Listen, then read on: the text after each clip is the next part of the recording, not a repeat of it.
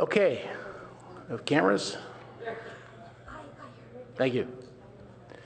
All right, I'd like to call to order the January 21st meeting of the Palo Alto Parks and Recreations Commission meeting. And we'd first like to have the roll call. Catherine? Stacy Ashland. Here. Deidre Cromie. Here. Jennifer Hedderly. Here. Ed Lowing. Here. Abby Knopper. Here. Pat Markovich. Here. Keith Rechtel. Greg Schmidt.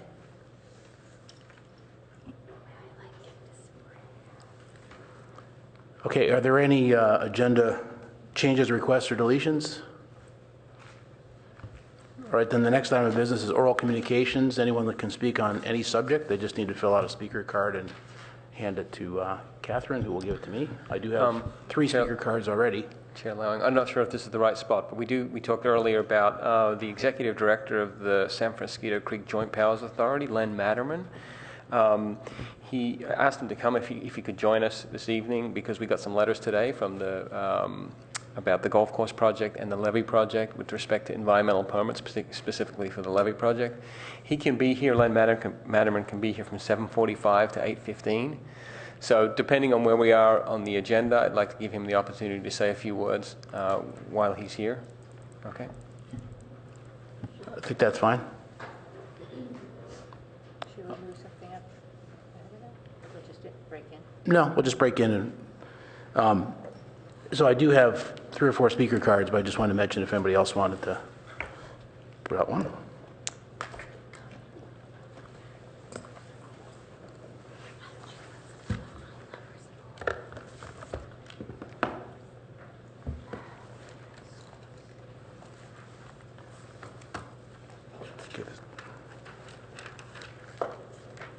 All right, these are all for agended items, so we're just going to press on.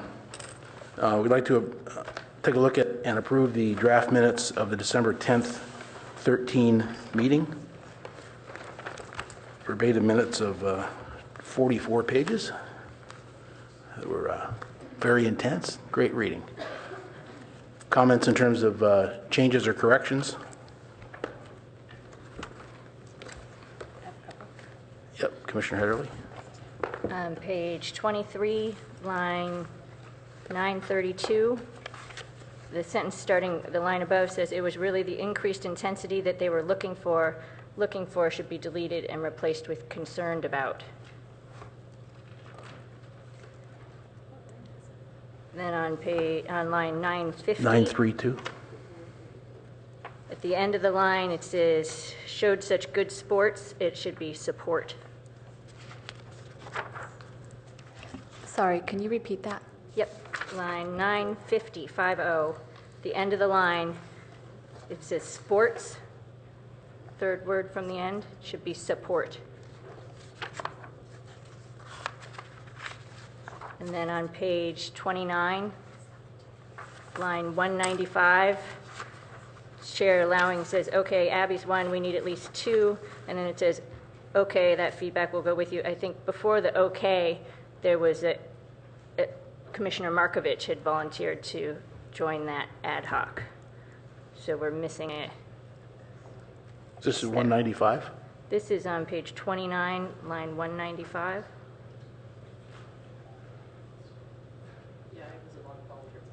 That must have been my second okay there. That I saw your hand up or something. Yeah. So we should note that. So we should note that Commissioner Markovich joined that committee. And that's it for me.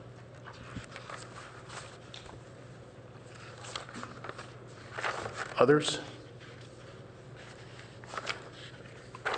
I've got a couple myself. I think the mic is not going to pick this up, but when we're using numbers like on page 13, Commissioner Cromie's comments were all about numbers, 130,000 and 500,000. We need to add dollar signs to that. So I don't know if we can just do that as a matter of course, Catherine, so that we can pick that up. Because for council to read this, that might be a little bit confusing. Similarly on like page 14, number 569, and et cetera, wherever we're talking about that. On page 17, 580 8, and then following, just some things that verbatim minutes don't pick up. So my comment there was that Palo Alto, the phrase could be "trees are us," probably put it in quotes and caps. And then the line 591, where it says whether that's multiple discussions of budget committee and so on, that would be great, meaning if we could get to full mitigation, if that makes sense. But the rest of it is really discombobulated. We're saying there is, secondly, if we don't, as a city, do full tree mitigation, we have to make it very clear to constituents what's going on, period. And those next two sentences are confusing. We really have to explain to citizens why restoration other than trees might be preferable. Now, are you changing what was said? Well, I'm trying to explain. We can't do that. I'm trying to explain that this, something isn't picked up there, because it says, I mean citizens, not the experts or us, why we can't get there. And I don't recall what that was, but that isn't what I said. Maybe strike that sentence. I was just trying to strike that sentence because it was confusing. What page are you on, Chair Lauer? 17, line 5, 9, 2, and 3, and 4. Okay. We have to make it very clear to constituents what's going on, meaning we might prefer something, it might make more sense to do something that's not trees. Mm-hmm. And I think that might be it.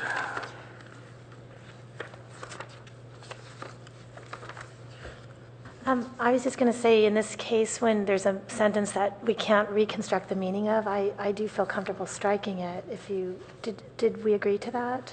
Yeah, I think we just take that one Okay. sentence out.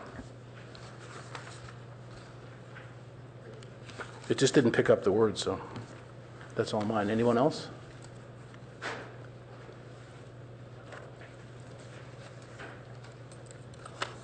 Okay, can we have a motion to approve the minutes as corrected? Commissioner Hederle, and a second. A second. Okay, all in favor of approving as corrected? Aye? Aye. Okay. Passes.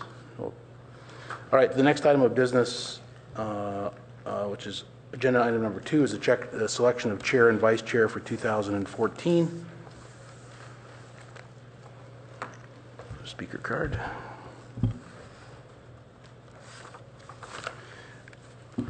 So annually, we do this and look at electing new officers for the year.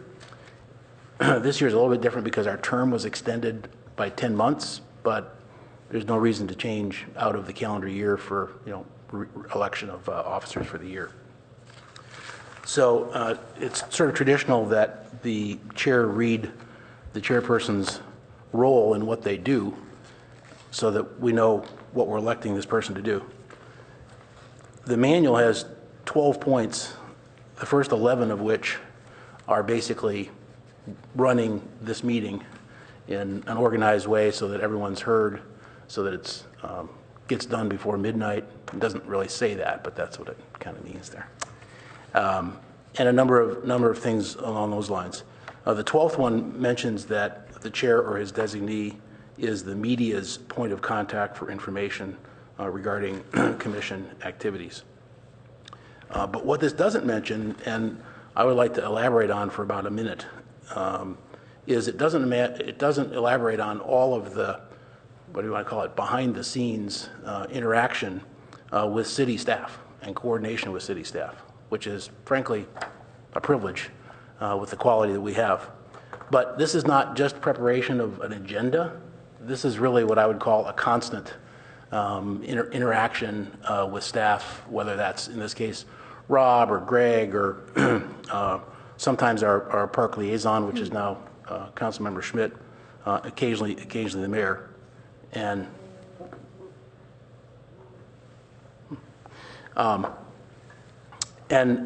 part of what's going on there is not just agenda, but it's to help prioritize the work that we should be working on, to best help the city back and forth. And also some of the time it's basically just the exchange of ideas. I remember one time I called up Greg and said, hey, we're kind of like here's what some people think and here's what some people don't think, and, you know, what do you think? And that's all it is. But that really helps, I think, the deliberation, the setting of priorities for our commission, and I think it really helps the staff be totally involved in what we're doing. So I just want to emphasize that as an important aspect of what goes on. And sometimes that behind the scenes stuff is to, you know, nudge issues along a little bit faster. If we could say, you know, council member, why are we not moving on this park quite so fast? You know, can we get the closure on that, or CIPs or whatever it is? So I just want to emphasize that. So I think organizational skills, communication skills with some tact and work ethic are an important point of that staff interaction. Any questions on that? Or? So that is what it does. And so the process is to take nominations from the floor, which requires a second after that. And then after we're done with all of the nominations, if there are multiple ones, the person who nominates as well as the person who is nominated can make comments. Any question? Yes, Keith? County promotion or Pardon? discussion now, or? Oh, there were no questions about procedure? If not, then the floor is open for nominations for chair. I'd like to nominate Commissioner Heatherly. She's been on 4 years now, and she's not only been on the commission, did a wonderful job with the Coverly Commission. And she's, if you look at those attributes that you just read, she matches up with a lot of them. She's insightful, she's diplomatic, and I think she'll do a wonderful job as chairman. Okay. With the nomination, is there a second? No second? Commissioner Markovich? Okay. Other nominations?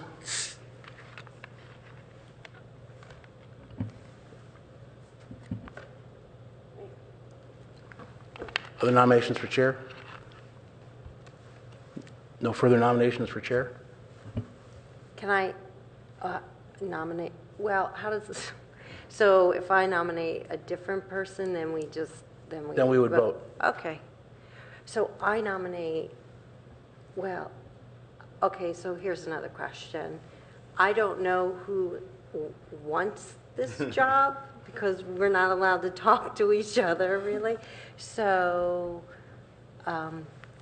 like if you want to, I want to nominate you, but I don't know if you want to continue in the role, so is that appropriate for me to do that? So I'm sorry to ask this question, The but I've person never who is done- nominated does need to say, yes, I want to do that, so. Okay. So So maybe we should go there first and see if the person nominated would be willing to serve. Okay. Okay. So I guess I'll nominate you, Chair Lowing. Can I do that? You can, yes, you can. I'm sorry.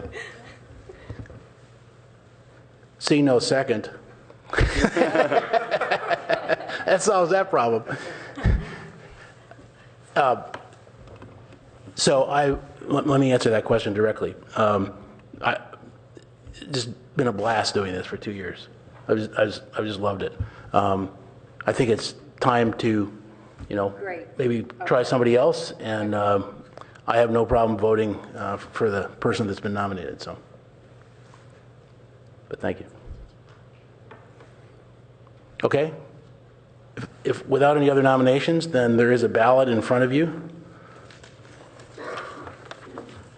which we can probably do with dispatch under the circumstances.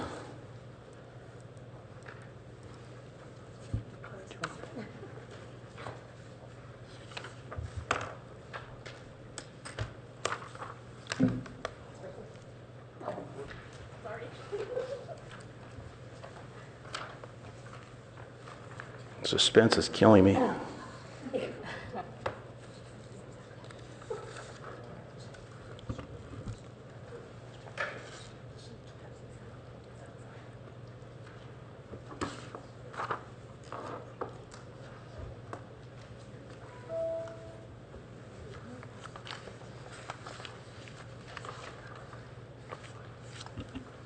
I have 7 votes for Heatherly.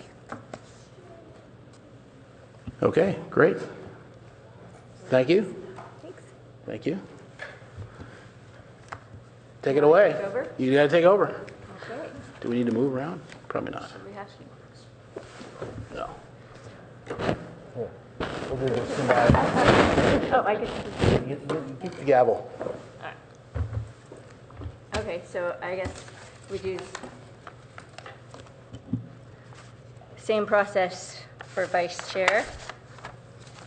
I don't have a printout of the job responsibilities, but I can say basically what I've done in the last year as vice chair has been participating in the agenda setting and the planning meetings and working with staff and figuring out where we're going, reviewing the minutes, preparing for the retreat and the joint council session, and reporting back to you all on those. It's a great job. I recommend it. And I think the process is the same. We open the floor to nominations and then take a second. If we get more than one nominee, then we'll have an opportunity for the nominator and the nominated to address their interest. So I'll open it to nominations. Pat? I nominate Ed Lowing for vice chair because the two of you work so well as a team, and it falls under the guise if it's not broke, don't fix it. I've seen a lot of vice chairs in the past, and you guys are just phenomenal. So I'd like to see that continue. Do we have a second? I'll second that. Okay, any other nominations for vice chair? Commissioner Cromie? As much as I would love to see Ed Lowing as vice chair, and I'll be fine if it happens, I like to just, it's always nice to have fresh interaction, so I'll nominate Keith Breckdahl, if he wants to accept. Do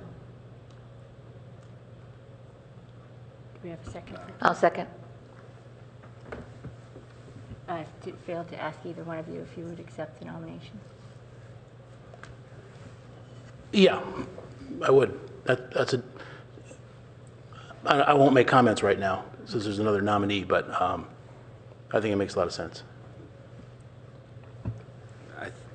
I think I would be willing to do it. I think I'd probably be going for Ed. So, but short answer, yes, I would be willing to do that. Okay, do you want to speak to your nominations? You did already. Anything you'd like to add to your nomination or the nominees?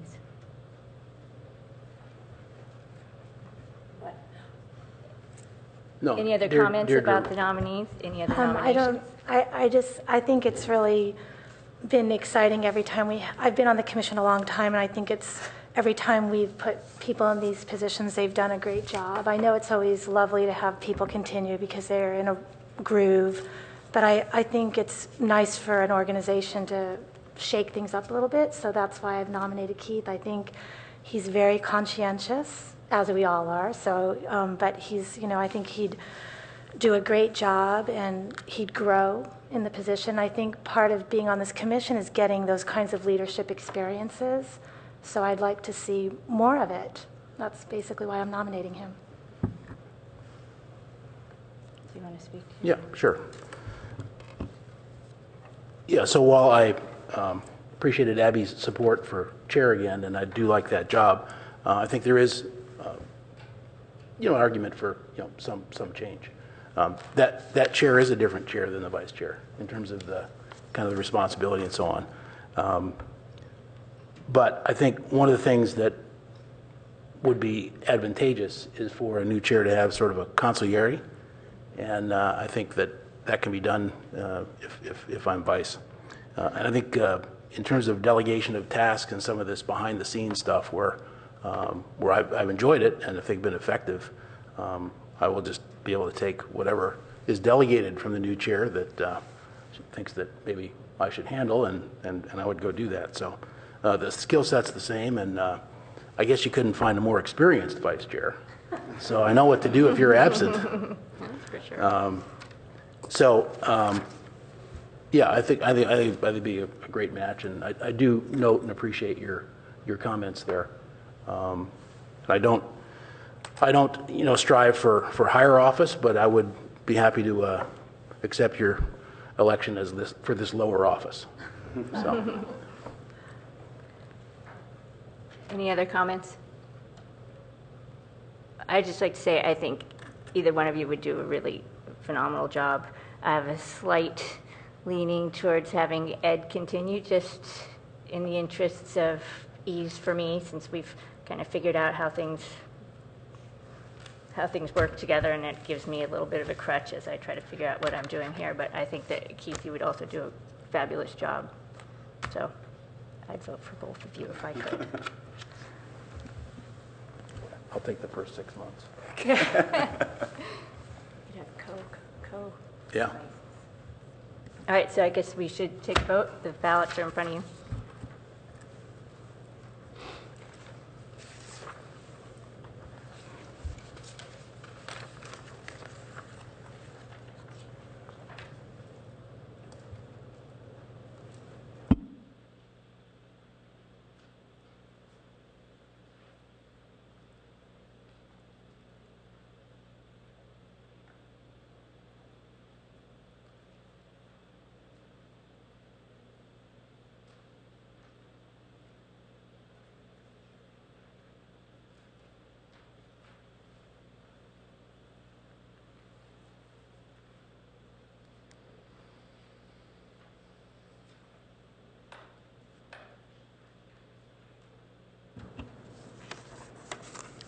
I have 2 for rectal and 5 for allowing.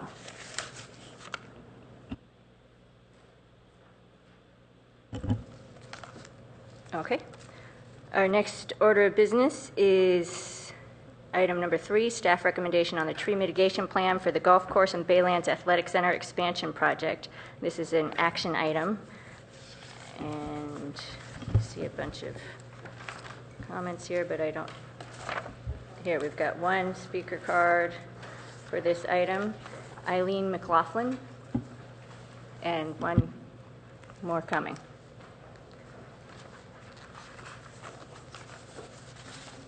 Good evening. I'm Eileen McLaughlin with the Citizens Committee to Complete the Refuge.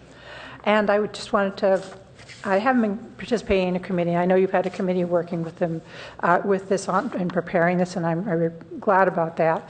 And representing a group that works with the refuge, we work with the marshes and the Baylands. And the Baylands itself is, of course, an integral part of all of these marshes that we're trying to either sustain or develop elsewhere. So I look at actually the idea of this mitigation as more of a restoring the wetland, the uplands adjoining the wetlands to a condition that is much more valuable to improving the overall habitats of the adjoining marshes. And I think that's a big opportunity here to improve the landscape quality of the shoreline for wildlife. I also wanted to mention, I caught a comment in the report that said this kind of vegetation had less environmental benefit. Well, I think you need to look at the landscape. And we look at this particular landscape, and you're looking at how it helps to enrich and balance the marshes, which we're trying to both sustain and to, especially to the south, the Salt Pond project is going into phase 2 to start really restoring those. So we have an opportunity here where we're building those marshes. Now it's been shown that our tidal marshes have a carbon exchange value that some scientists have equated to that of the rainforests. There's been some differences of opinion, but in fact, the more we strengthen the health of our shoreline, the more we build the carbon exchange value of those marshes. And if you ever go down to that dock at low tide and you see the mud go out, you can just see the algae just bubbling. And they're a little oxygen factory just sitting there on the exposed mud. And those little pockets are all within those marshes. So this is an enormous carbon exchange factory that we can build on the bay. And by your increasing the value of this associated landscape, we can really help bring the benefit there. And further, on the issue of where you can get expertise on this. On the refuge down in the Alviso, there is a big project that's been going on for years now on actually reestablishing this kind of landscape. And there's a lot of information and probably a consultant that's somewhere connected there that might be of specific help here on putting this kind of mitigation in place. Thank you. Thank you. Next, we have Emily Renzel. Thank you. I'll probably want to speak on the next item as well, related to the golf course. But I participated in the Citizens Advisory Group that was dealing with the tree mitigation. And I have to say, staff has been extraordinarily responsive to the various items raised. We had concerns about whether there was enough money to both plant and maintain through time and make sure that the mitigation actually did what it was supposed to do. And there was concern about locating more of the mitigation in the baylands. I think it's been a very good process, and I support the recommendation that staff has brought to you that includes some ongoing money for maintenance to make sure that these mitigations take place. Thank you. Thank you. Next speaker is Shani Kleinhaus.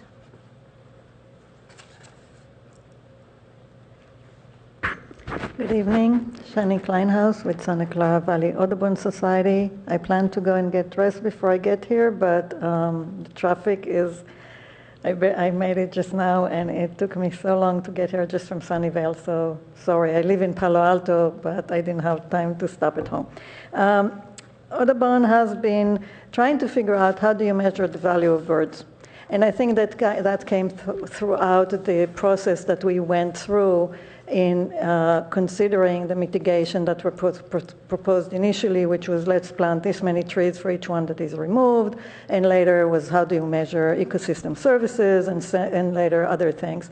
And somehow in all of that, we missed the value of the critters that live in the trees. So if we're looking to just say, okay, we have a certain large tree, let's replace it with 3 small trees, well, it takes a long time for those 3 small trees to create the habitat that all the critters that we like to see with us need. And this comes out in many other ways. And throughout what we see with sustainability and the way that we're trying to measure what is our impact on the world and how do we mitigate it in terms of energy, water, trees, all these things that we value, we kind of have a very anthropocentric view in general, and we forget the living things, the butterflies, the bees, the insects. And we come to a place where kids now are afraid of birds, they're afraid of insects, they see a butterfly and they run away. And that's the kids that take our programs. So the question of what do we do to bring nature and birds and insects into the equation of mitigation was at the basis of the discussion with the city staff, which was incredibly open to the idea that maybe we need to look close to the place of impact and replace habitat and not just some sort of a picture of how much canopy is measured and how many trees. And I think that the process was really informative for all of us. It was really interesting, and I hope it moved forward and that there is enough money to create the proper mitigation and enough money to support it over time. I've seen again and again mitigation that somebody does. They put the trees in. After 3 years, they don't have to do anything anymore and the things fall apart.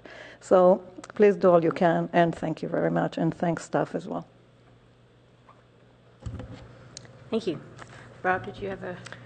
Well, I just want to introduce Walter Passmore again, who's our urban forester for the city, and thank him for all the work that he's done on this tree mitigation plan and set of strategies. So I think we've come a long way. And I also want to thank Emily Renzel and Enid Pearson, Shani Kleinhaus, Catherine Martineau, and many others actually that have participated in helping us work through, a strategy that's really going to have an impact, a positive impact on trees in Palo Alto. So we think we're pretty close at this point, and I'm going to ask Walter just to share where we sort of ended our last stakeholder meeting last week. Thank you, commissioners, for your service and your participation through this process. It has been, I think, a real growth experience for everyone that has participated. We have just a couple of very brief slides to synthesize what has been, I think, a very open discussion, to steal some words away from some of our commenters. And it has morphed over time into what we're presenting as a final recommendation this evening. Several parts of this. One, on the mitigation approach, is to establish new trees and native or naturally simulated landscape within the golf course. We had some hierarchy of how we thought mitigation should be applied. One is to apply the mitigation as close to the impact as possible. So the impact's on the golf course, it should be applied on the golf course first. Two was to apply mitigation near site in a very similar ecosystem, very similar plant species that would naturally occur.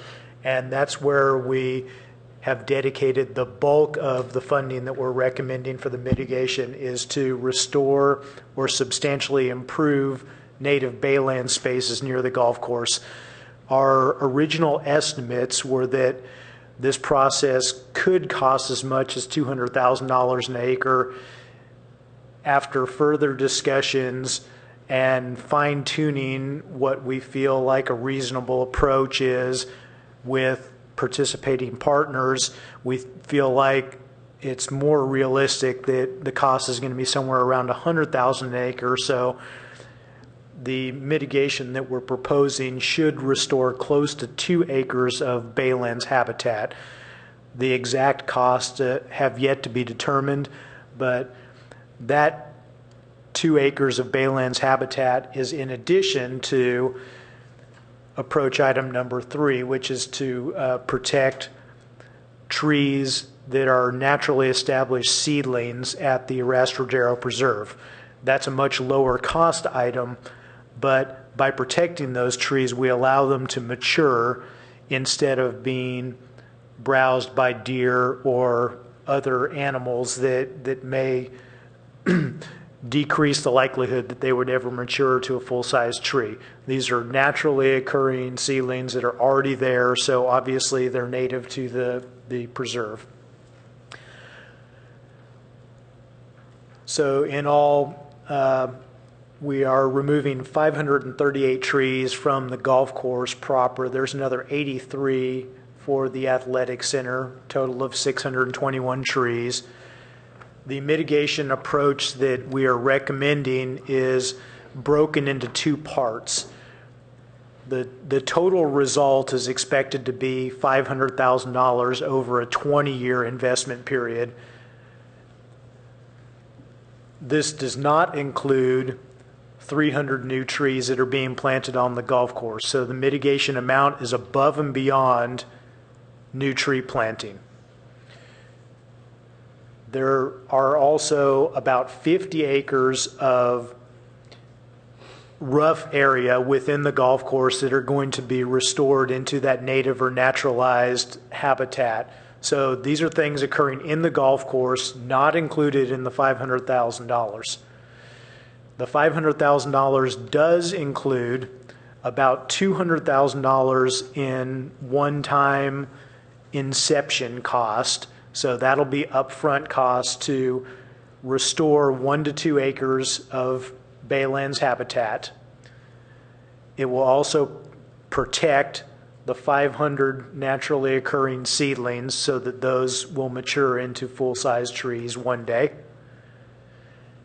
And then the additional piece that takes it from the $200,000 initial investment to the $500,000 over 20 years is that there is maintenance commitment pending revenues from the newly renovated golf course to fund that. And so that money would go from excess revenue with some prerequisites that we've spelled out and fund that long-term maintenance. So this is really a strong commitment to a long-term plan that, as Shawnee Kleinhaus mentioned, is very important. so that mitigation will have the greatest chance of success.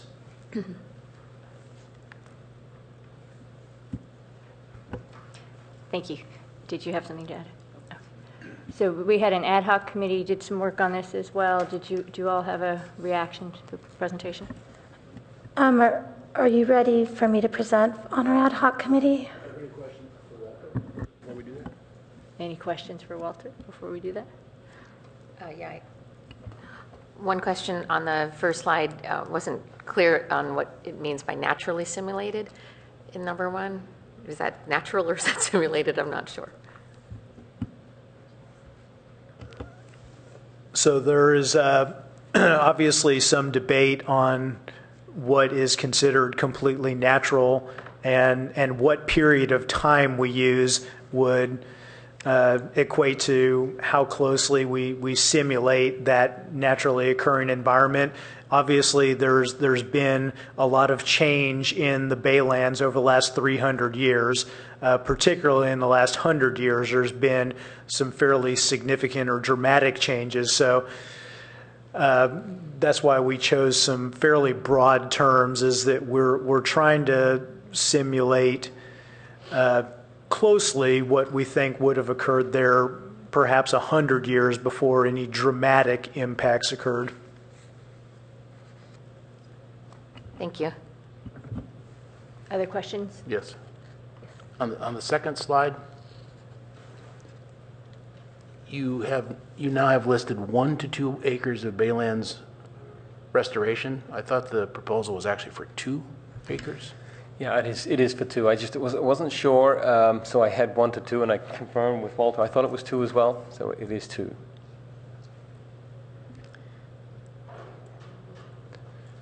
We have not pinned down exact cost yet. We have not received cost estimates from vendors, so we did leave that a little bit flexible. But our expectation is that the money that we've dedicated to mitigation will restore 2 acres of Baylands.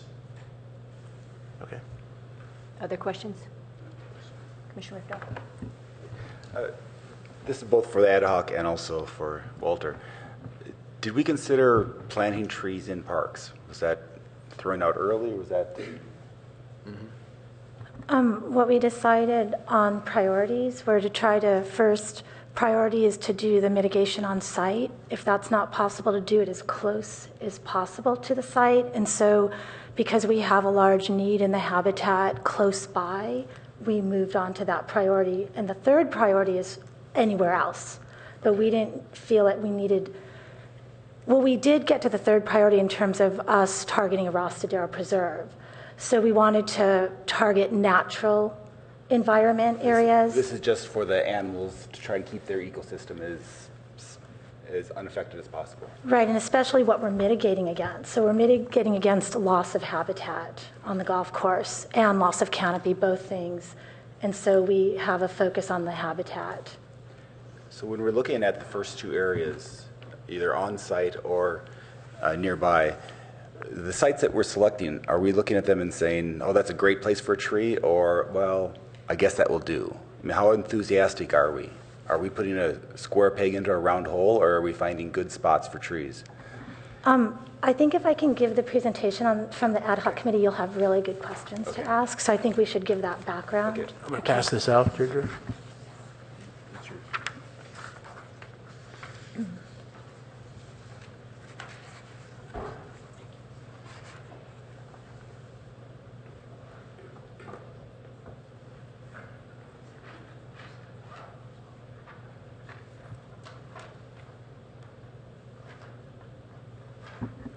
What Ed is passing out now is our ad hoc committee on the tree mitigations recommendation for the mitigation. I'm sorry we don't have ability to put this on an overhead, do we? No, okay. And I'm sorry not everyone has a copy of this. That's because the ink is still wet on this thing. Yeah, the ink is still wet. I'm going to start off the discussion, and then I'm also going to hope that my colleagues on the ad hoc committee, who are Commissioners Knopper and Lowing, will join in at any time they feel the need. And then we will take questions from the commission. and have discussion. So I want to start off by saying we engaged in a really good process to come up with this recommendation. It was a lot of hard work. We met many times over the last few months. Many different stakeholders were involved. Some of these stakeholders have spoken today, and as a resident of the city, I'm indebted to these leaders and environmental causes who have really allowed us to maintain a healthy enough bay to support life. And that is nothing that any one of us should take for granted. It comes at the cost of a huge amount of work, often hugely uphill battles. People work tirelessly to protect our environment, and they do not get enough recognition, nor do they get enough money. And so when we undertake these mitigations, they're very difficult because they come as an almost perceived byproduct of a project, but they are required by law, and we need them when there is a deleterious impact as a result of the project. And so we have negative impacts in the Bayland as a result of the golf course reconfiguration and the potential Baylands Athletic Center expansion. And that's what this mitigation is all about. It's to mitigate against that impact. And we've worked through a lot of incredibly difficult issues on this in this committee. We've been well led and well supported by staff and all the participants, and many of the participant groups are listed on the opening sentence of this recommendation. So I'm going to say that we started in a place of we're mitigating against the loss of canopy. The new number today is mitigating against the loss of 621 trees on the golf course. We had to wrestle with how to do that. We cannot replant those trees on the golf course because of the environmental conditions there and our desire to get toward a more natural environment on the golf course.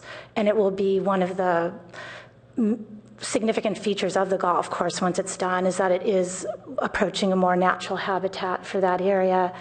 So we worked toward this idea that we're going to not use trees for the replacement in full. We came up with a hybrid model where we will bring in as many trees as we can on site, and then when we reach that capacity, we're going to move into other kinds of habitat. And so the appropriate habitat for that area is we want to restore the baylands and produce a native baylands habitat. And we have expertise within our working groups to guide us in that process. And we also are developing some expertise on staff, and Darren Anderson has been instrumental in that regard in terms of really learning a great deal about what's needed and being able to offer expertise and guidance along with our other stakeholder groups. And I really value his participation in this process. So what we have done is we are diverging in our recommendation is diverging from the staff recommendation in some significant ways. I don't know if I see Ed kind of cringing. I guess I should just... You said to come in at any time, so I'm going to just... Oh, sure. Okay. No, I think the phenomenal aspect of this is that the constituent committee, as you noted, after all their work, was completely aligned on what should be done, which is obviously not put trees up in the baylands, but to mitigate in alternative ways that really reflected the values that we value as a community and as a commission. I think we're actually completely consistent as well in agreeing with the approach of the Arrestradero tree mitigation and the Baylands habitation improvements there. It's just a question of the financial approach and how far we should go. That's the only area of disagreement, which I also think reflects the constituent group in addition to the Park Commission recommendation. one of the areas of difference, should we just start talking about that, I suppose, is that the tree loss is the equivalent of 6 acres. And so our recommendation is instead of a 2-acre restoration, we're suggesting a 3-acre restoration, a 50% development of native habitat in the baylands to augment the loss of canopy. We're also recommending that that we work against percentages for tree survival. So instead of mitigating it and having ongoing maintenance that is funded with golf course revenue, what we are suggesting is that that piece of the financial piece of it is decoupled from required revenue, and that there's an actual financial commitment saying for the next 10 years, this is the amount of dollars that will be committed to ensuring survival rates of what we're planting. We're looking for success criteria, basically. And because revenue is always tricky, we know exactly what trees need and native habitat needs in order to live, so we want the financial commitment to be a line item instead of just based on golf revenue. Did you want to continue? I'm sorry. Okay, thank you for that input from both of my committee partners. I appreciate it. So yes, Ed Lowing did accurately say that we're really on the same page conceptually with everything we're recommending, and it was hard fought. We worked hard to come to this consensus, and we all feel really good about it. And then what Commissioner Knopper just indicated is that we would like to see more acreage of habitat restoration. So we're losing 6 acres of trees, and it's hard to establish exactly where we should fall when we do this equivalency, because we're not replanting 6 acres of trees. We're doing an equivalency, and we're replacing trees with a native habitat in the bayland marsh areas and surrounds. And so we want to make sure that the way our ad hoc committee approached it is, well, we felt like 2 acres was too small. We felt that 6 acres was too big. And not because we don't need 6 acres of restoration, we need much more than that in the baylands, but it's just very expensive to accomplish this. And so we felt like it was probably not within the scope of this mitigation to ask for everything that we need there. We wanted to just come up with some reasonable approach to mitigate for the 6 acres, and the best we could come up with after a lot of discussion was to aim for these 3 acres. So you'll see that in I just want to orient everyone to number 1. I want to go through the recommendation. So our recommendation has 4 parts. Number 1 is listed, I believe, it's on the staff recommendation. So it's just so everyone understands, the city's already committed itself to adding 300 new trees back to the golf course. We're taking out, I always get confused if we're taking out a net of 621, but that's before we put the 300 back, is that right? Or is it a net loss after we put the 300 back? 621 is the total trees that will be removed. That are being removed. Okay, Yeah. so we're the total lost are 621, and that's what we're mitigating against. And we are going to put that requires, there's a lot of calculations that go into exactly how you do it. Even if you're going tree for tree, it's quite complex. If you're taking out 621, you don't put back 621 because you have to replace a certain amount of canopy. So it's a complex formula, even tree per tree, and then we've had to extrapolate to get to a reasonable conclusion when we're going for trees for baylands habitat. So in this mitigation, number 1 will be 300 trees back to the golf course. That's number 1 on our recommendation, and that has already been funded by the city, both the planting of those trees and the maintenance of those trees are already funded. So number one on our list is taken care of. Number two has to do with this equivalency of moving on. So we're done with the golf course. We're at capacity when we put the 300 there. So we're moving now to the next priority, which is proximal to the site. That has to do with the baylands. When we get to be proximal to the site, we would like to aim for 3 acres of baylands habitat. We have heard the value, the cost of doing that restoration has varied somewhat. It's complicated, and we've heard quotes from Save the Bay and Acterra. Darren Anderson also is getting a feel for this because he's involved in a CIP to do baylands restoration. So the value that our ad hoc committee settled on was the cost of $130,000 per acre. And we think that's what's needed to be successful in planting and caring for that restoration, planning it out, doing all the proper measures that is needed to get that planting done. And that might also leave money for some kind of maintenance, but it won't leave enough money for long-term maintenance in order for that habitat to establish itself. So that's dealt with later on in our recommendation. Number 3 is that in addition to the bayland habitat, we do want to move off-site to get more trees, and we know there's a need in Pearson and Rosadero Preserve for some support there for trees. We want to be ecologically sensitive when we go into the Rosadero Preserve because it currently has a thriving grasslands habitat, so we want to be mindful of that when we bring trees back in. And so the stakeholders working together with Walter Passmore and other staff have decided that the best way to approach this is to support saplings that have already germinated in that area and are growing, but without our help, we'll have a very low survival rate. So that's item number 3. We recommend that 500 naturally growing seedlings in the Pearson and Rosadero Preserve be protected and nurtured with a goal of 80% survival.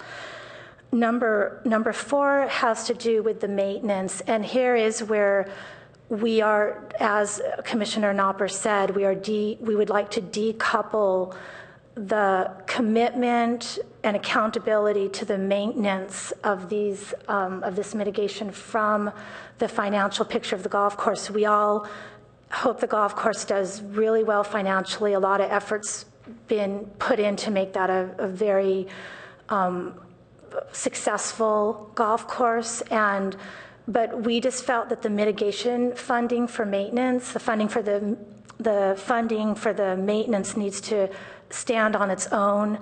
And part of our thinking there is that we do know of examples where this is just the mitigation, you have all the best goals going in, but without the maintenance, things can really fail. And especially with something as complex as we're doing here, this is really, I see as a cutting edge kind of mitigation. I'm very proud to have been part of the process. I think it sets a really high standard for our city and for how we want to protect habitat.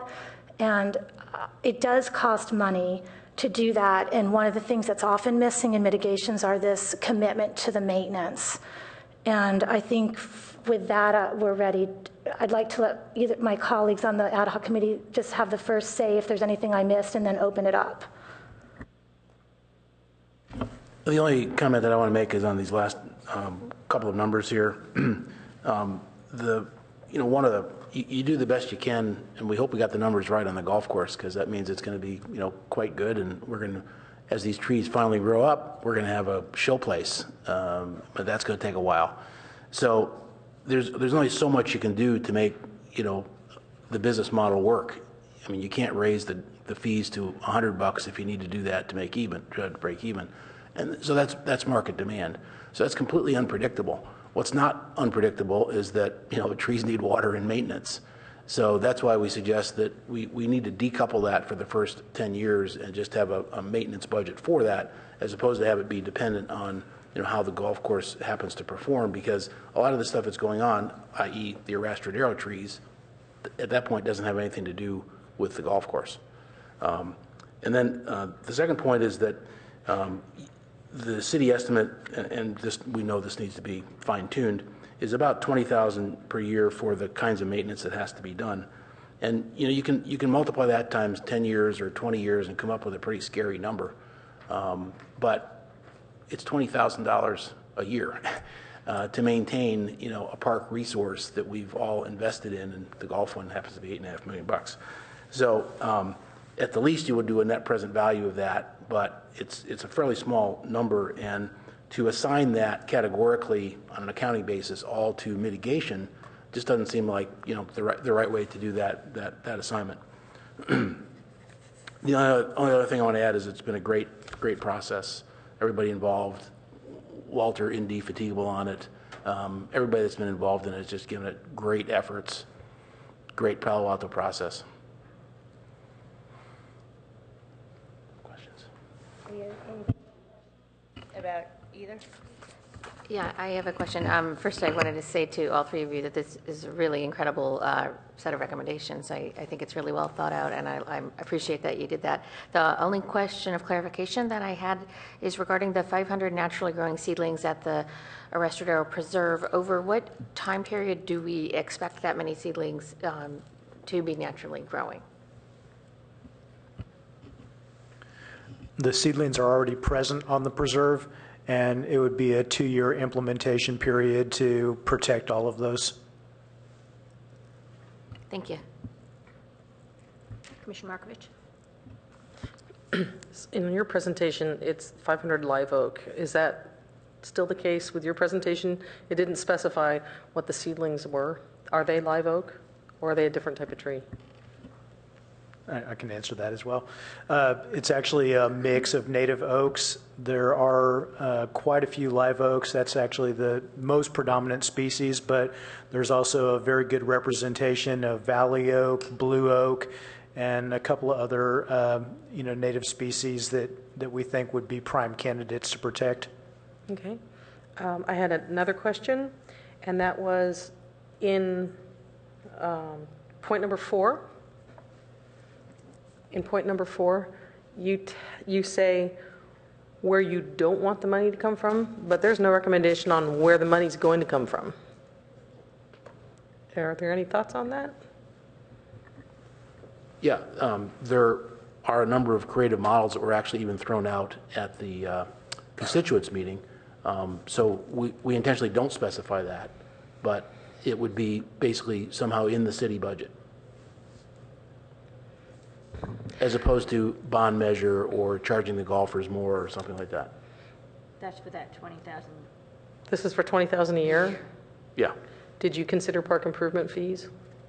We basically decided not to consider that at this point, but that the city should consider. Okay, my other comment on that, and it's my last comment, is when I served on the airport working group, it was determined that when the city of Palo Alto takes ownership of the airport away from the county, that the projected yearly earnings would be $1 million in revenue. Did you look into that pot of money? I think that can't be spent outside the airport. Okay. Do you guys know anything about that? I do know that there's a number of very large capital improvements required at the airport, including replacing the runway, which is in the many, many millions of dollars. So I'm not sure that would be a funding stream there. To your point, Commissioner Markovich, what we didn't want to have happen, and which is why we are making that recommendation to decouple it and make it a line item in the city budget, is because if we restore 3 acres of baylands and we have these 500 seedlings and we don't care for it because golf revenue isn't where it's supposed to be for any given reason, etc., the plantings and the trees, they don't know the difference. All they know is that they're not getting the proper care, and it would be a shame basically to go through all this effort and upfront money to do all of this and then just to have it not have a significant survival rate. I understand that. I'm just saying that you need to show where this money is going to come from, and I haven't seen it. Well, I think you're concerned about the source of funds, and what I'm saying is that I think we found that there would probably be a number of sources. We didn't go into that level of detail relative to this, but it's $20,000 a year. We can figure out a place to get $20,000 a year. And if that's an assignment that we get from the city or the council to look at those and come up with, 5, 6, 8, 10 options, I think we would do that. I understand that. It's just I feel like I'm being asked to make a vote without all the information. That's my point that I was trying to get across. Well, the vote with the information, as Abby said, is that at this point, our recommendation is don't be dependent on the golf course for $20,000 a year. That's come out of city budget, and that we have to find a way to pay for that. It's real money. I just wanted to make a point of clarification. What we feel on the ad hoc committee is that we need a commitment to the whole project for the maintenance out, at least to fund it at least out 10 years. And I would include the saplings and the Arrostadero Preserve. So our recommendation is not to only take care of the saplings for 2 years, but to also bring that out at least 10 years. So when we're talking about the funding of $20,000 per year, from the perspective of our subcommittee, that is to help with the maintenance of saplings in Arrostadero Preserve, as well as plantings, habitat restoration in the baylands. We don't want to lose track of those saplings either. Commissioner Rechtel. I'm a little confused here. When I first read this, I thought this said that the money was coming out of the golf course regardless of how profitable it was. But you're saying you don't want it to come out of the golf course budget regardless of... Well, what we're saying here is that the total of $430,000, we need my perspective, again, this is, I'd like my other members of subcommittee to chime in, but my understanding of this is that for the $430,000, we want to find that that's the cost of the mitigation up front. I'll respond to Keith's question. That's correct.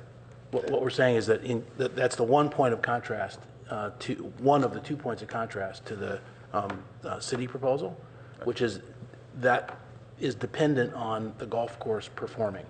And we're saying that it can't be dependent on the golf course performing, because if it doesn't perform, we're not going to let the trees die. And it's also not really coupled. So that's what we were saying, and therefore we do have to find a different way than depending on the golfers to pay more to cover that $20,000 a year. So you were thinking it would come out of the general budget as opposed to it would come out of the golf course budget unless it wasn't doing well, and then the city would be responsible for finding another location. Our only point is that it should not be tied to the golf course. If it goes to city council and they say, that's $100,000 a year, let's put it in the bond, they can do that. Okay. If they say, let's look at some fee that we can add to recover that per year. If they say it's $20,000 a year, no problem. Any of those options. The only statement we're making is that we don't see why it should be correlated to golf course revenue performance. Okay. Because one thing I'm sensitive to is that the golf course will have a lot of debt, and when it comes out, the construction is done, we still have more to do. We have the restaurant that we want to remodel. There's a long wish list here, and I'm just leery of throwing any more debt onto Rob. So if this money is coming out of the general budget away from Rob's budget, I think that's probably a good thing. That would be for the ongoing maintenance, not for the initial investment. For the $20,000, correct. Ed, can we clarify where sorry, I just want, before we move on, to clarify where the $430,000. So what I'm even confused about sitting on the subcommittee is $20,000 over 10 years is $200,000. And then we also have this $430,000 value. And I've not known if we're not lumping them together and saying we want $630,000, which I find can be confusing to people looking at this. So Ed, can you just take a minute to clarify that? It is going to take $630,000. It's still money, absolutely. But it's a future payment stream of 10 years times 20,000, which isn't really 200. And the question is, should that be mitigation money or should that be budget money, or should there be some fee for that? You know, that's still to be determined. So it's all together. So when we stream this over 10 years, are we streaming the 630,000 over 10 years, or we're getting some up front? No. Okay. The 200,000 is over 10 years. And where does the 430,000 come from? The golf course bond. The golf course. Okay, bond. so that's tied, I'm sorry that I need this clarification. I've even found this part confusing. So the staff is recommending that everything be tied to the bond measure for the golf course. And where we're differing here is we're saying tie the 430 to that bond, but for this. No. Okay, so then. No. Rob, go ahead. Well, the staff recommendation is $200,000 would be tied to the bond, and then future maintenance costs would be tied to the performance of the golf course. Right. And then our ad hoc committee's recommendation is that, Ed, can you finish that? 430,000 be tied to 430,000 instead of 200,000. So we're and the 20,000 a year is not necessarily mitigation money, but for lack of a better term right now, city budget. Okay, so 430,000 is our ad hoc committee recommendation, gets tied to the bond, and then thereafter we find funding for 20,000 a year not tied to the revenue for the golf course. I have a question. Did you want to chime in? I do have some comments, and this is the first time we're seeing this as well, so we're just trying to, but go ahead, finish your questions. Okay, my question, and as I look at the staff report, your proposal of 200,000 for the initial mitigation was to include planting and tree mitigation maintenance for up to 5 years, and then you had proposed that additional 20,000 a year for the year 6 to 20, right? So you had 15 years of the ongoing funding. They have 10 years of ongoing funding starting 5 years earlier, and yours is tied to the revenue performance of the golf course. Correct. I have that right. So in terms of the 200 over the first 5 years, I'm just trying to kind of figure out where the difference is in the numbers. You're talking about 430,000 mitigation up front versus their 200, but your 430 doesn't include that 5 years of maintenance either. So it's a little bit bigger distinction between the 200 and the 430. Am I seeing that correctly? Right, so for the first year, technically, it's the 430 for the build out, for lack of a better way to describe, Right. plus 20. Because once you plan it, you have to start taking care of it. 20 a year. So the first year is really 450 if you're looking at it that way. Right, so their And 200 then it's builds in that 20, so it's every 20. year on for the next 10 years. We're not saying stop taking care of everything after 10 years. We're just saying in this particular plan that that's what we are just looking forward 10 years. So I'm trying to understand how that 200,000 in the staff report, if that's intended to cover the 5 years maintenance as well as the initial restoration and protection, then if you 5 years at $20,000, that's 100,000 right there. Is that right? Mm-hmm. So you're expecting only a cost of $100,000 to plant to do the initial protection and the initial habitat restoration on 2 acres of habitat. The cost estimates on this sheet actually do include that 5 years of monitoring and maintenance, which is the largest chance of success or failure for the project. So that's typically what restoration partners do, is they commit to that 5 years. That's rolled into their implementation cost, is that first 5 years of maintenance. Right. I remember you telling us that before. I'm trying to figure out how, if you back out since we're talking about a $20,000 a year maintenance cost, I don't know if that's a different cost for that first 5 years, or if it's similar cost for the first 5 years for each year. I'm trying to figure out where that $200,000 number comes from. If the ad hoc committee is suggesting $130,000 per acre to restore baylands habitat, then if you're planning to do 2 acres then you're already at 260 without counting the 5 years, first 5 years maintenance. So I'm trying to understand the difference in the numbers and how we figure that out. Really 300,000 because there's 40,000 budgeted for the Rastradero seedlings out the chute. Right. 40,000 there. If you use the same numbers, it'd be 260 for 2 acres, and then the maintenance. So it's it's over 300, right? So I mean that would be a good question. I just want to compare apples to apples. Yeah, yeah, because it seems like you're getting your work done cheaper than we are, and we're all using the same resources. Well, I think there's some differences in maintenance cost for Bayland's ecosystem as compared to seedlings. So on the seedlings, once they reach 5 years old, there's very little chance that they're not going to continue to make it thereafter.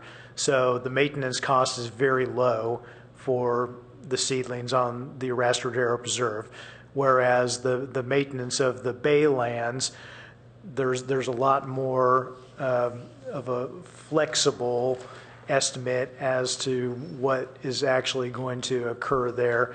And I don't want to speak for Darren, but I think he said 10 to 20 was a reasonable expectation, depending on how solid the first 5 years of performance was. So if we have plants that are doing very well, they really take to the site, we're really looking at a lower cost of continued maintenance that may be more in the range of 10.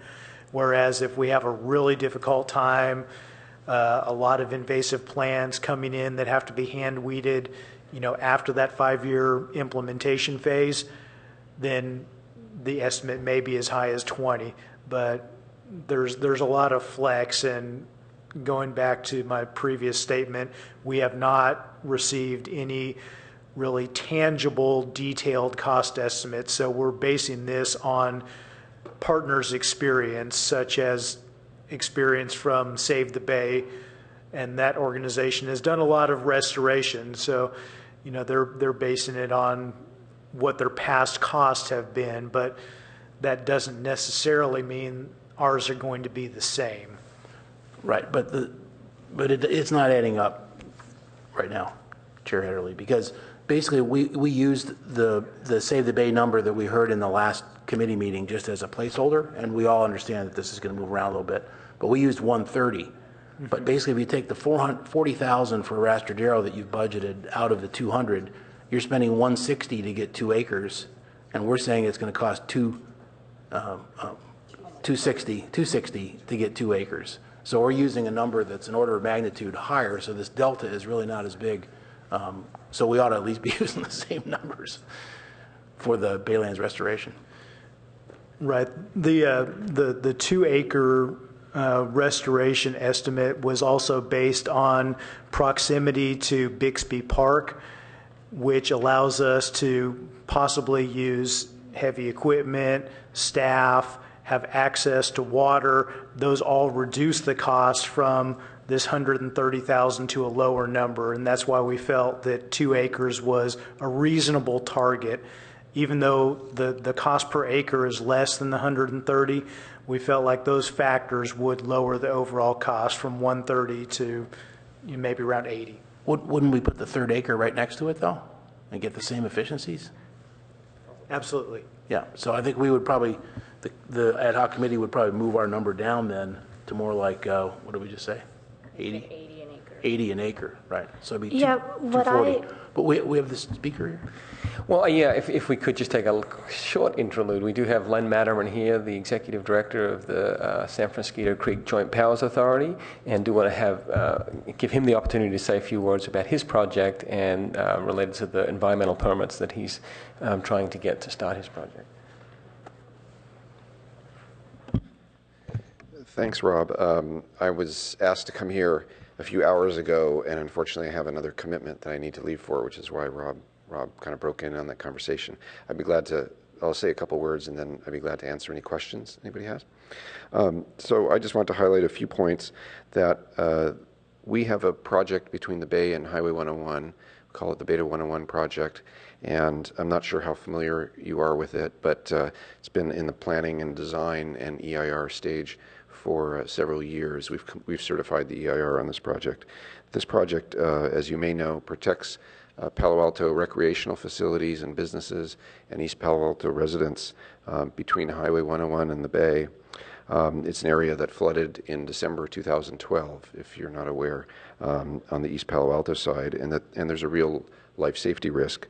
The project also is a necessary first step to protecting Palo Altans and getting Palo Altans out of the flood insurance program upstream of Highway 101, which is where most Palo Altans residences that are at risk are located.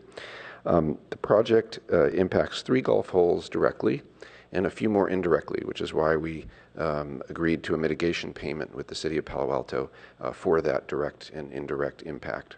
There's virtually no flood control benefit to taking more of the golf course land, and we've analyzed that, and we've told that to Palo Alto, and we haven't asked Palo Alto for more land than the 7.4 acres which our design requires, and finally, I'd say that our project, did not mandate or assume an entire reconfiguration of the Palo Alto golf course. That was a process created by the city separately from our process. So, I thought it was important to make those points because I know other points have been made about our project and the nexus between the golf course and our project, and I'd be glad to answer any questions. Again, sorry for the kind of interruption of flow of conversation here. Commissioner Cromie? I really appreciate you coming to speak to us tonight. Sure. And we did receive some information about the project. We received a letter from the Water Board dated on January 16th that was written from the Water Board to the city. And the question that I have for you as it relates to Palo Alto is what is it, well, how it relates to both your project and our project. What does it mean for you that you don't have a permit yet for your project? I know that you have submitted your own paperwork, your own paperwork to the Water Board, and you're waiting on that, and you're negotiating with them on the work plan. And your mitigation is funding our project. In part. And in part, exactly, because we did expand it quite a bit. And so then we're also submitting our paperwork for permitting to the Water Board. And I'm a little bit concerned just in terms of timelines.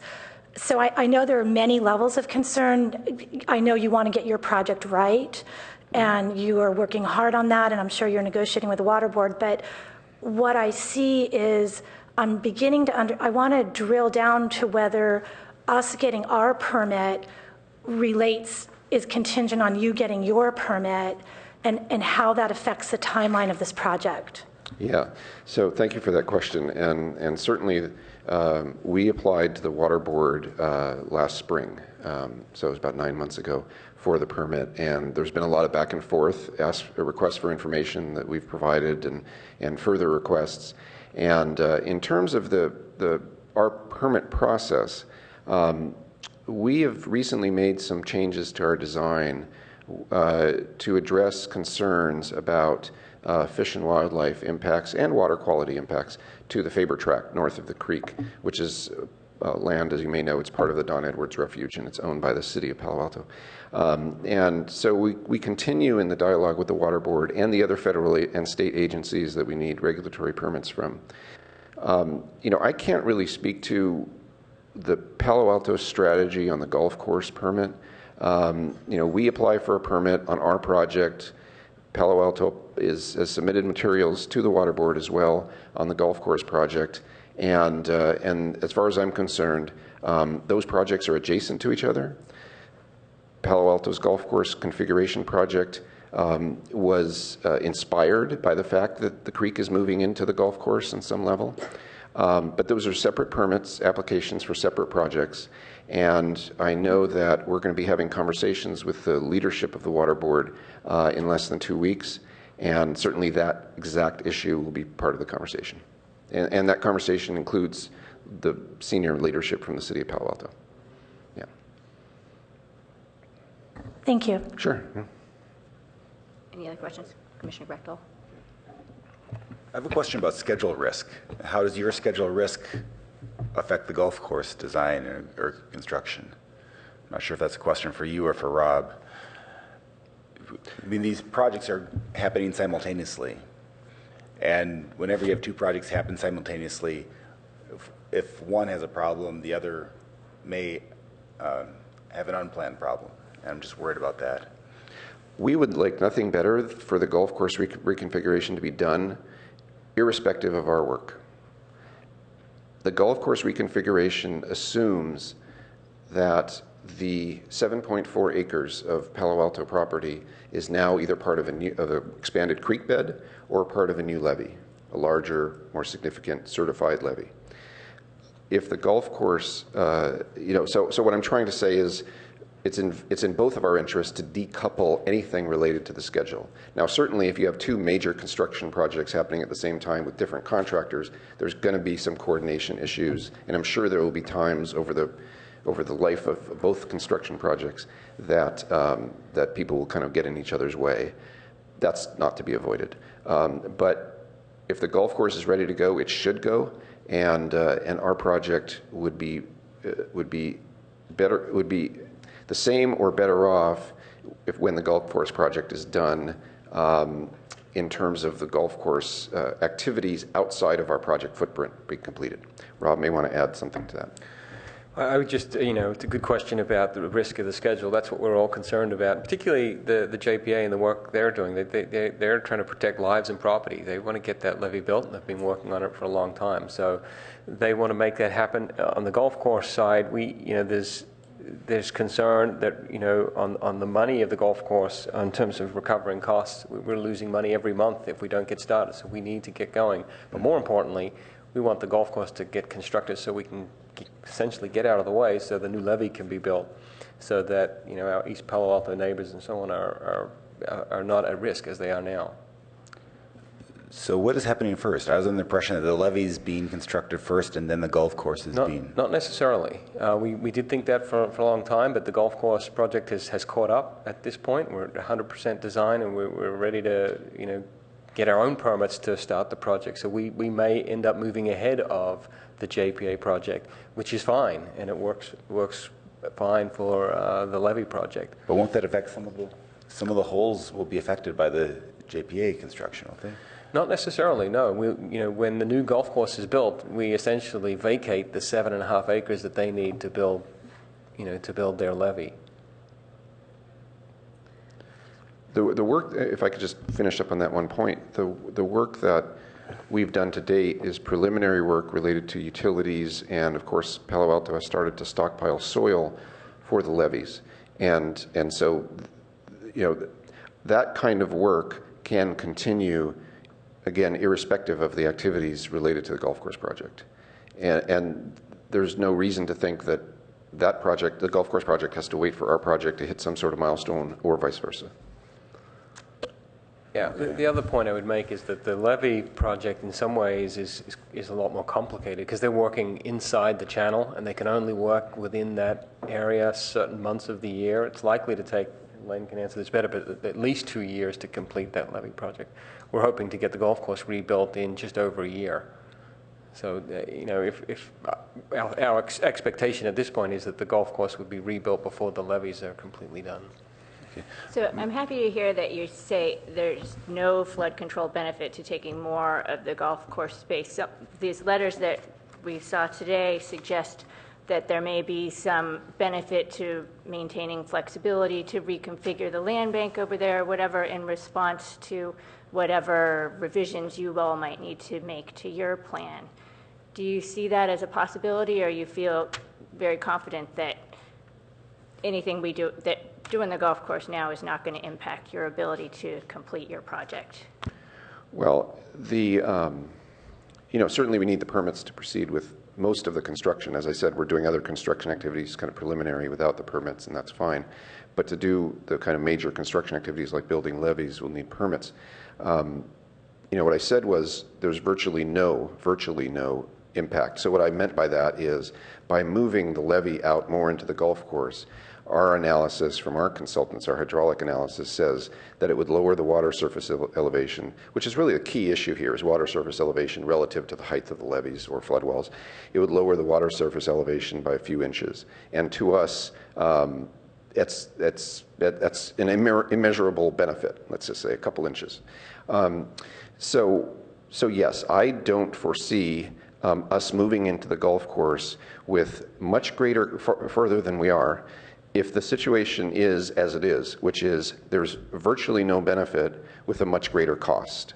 And I would feel like it's incumbent upon people that maintain that more of the golf course should be marsh plain to explain their justification for why such a greater cost should be borne by the city and by the JPA entities for no benefit. So we're proceeding with this design on the golf course side. The design change we're making is on the other side of the creek, where the levee between the creek and the Faber tract. Okay, thank you. Mm-hmm. Commissioner Cromie, did you have something? Commissioner Hederle pretty much asked my question, so I just want to confirm it. What I hear you saying is that you have a design plan that if that design plan goes forward, it won't require any more of our golf course land. Correct. But I also hear you saying that you're not permitted yet.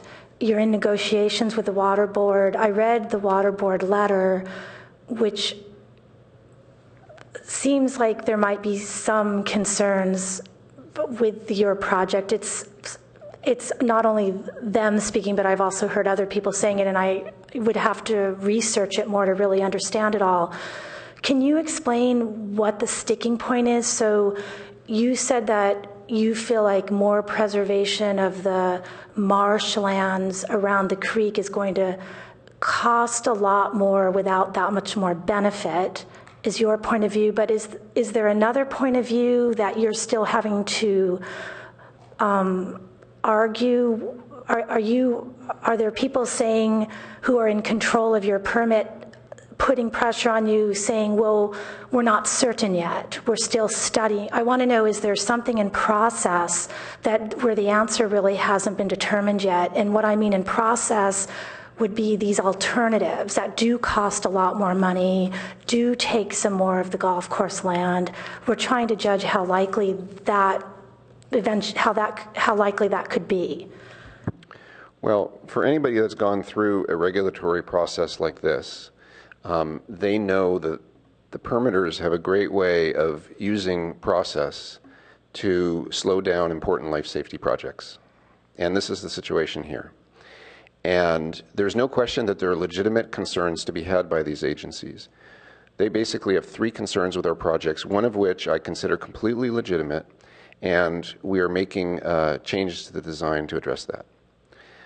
There are other concerns that are unrelated to this project, but by the, let's just say, statements of the staff there, this project is comprised of a joint powers authority. It's a regional project. It's important to the entities, including the city of Palo Alto and the other cities.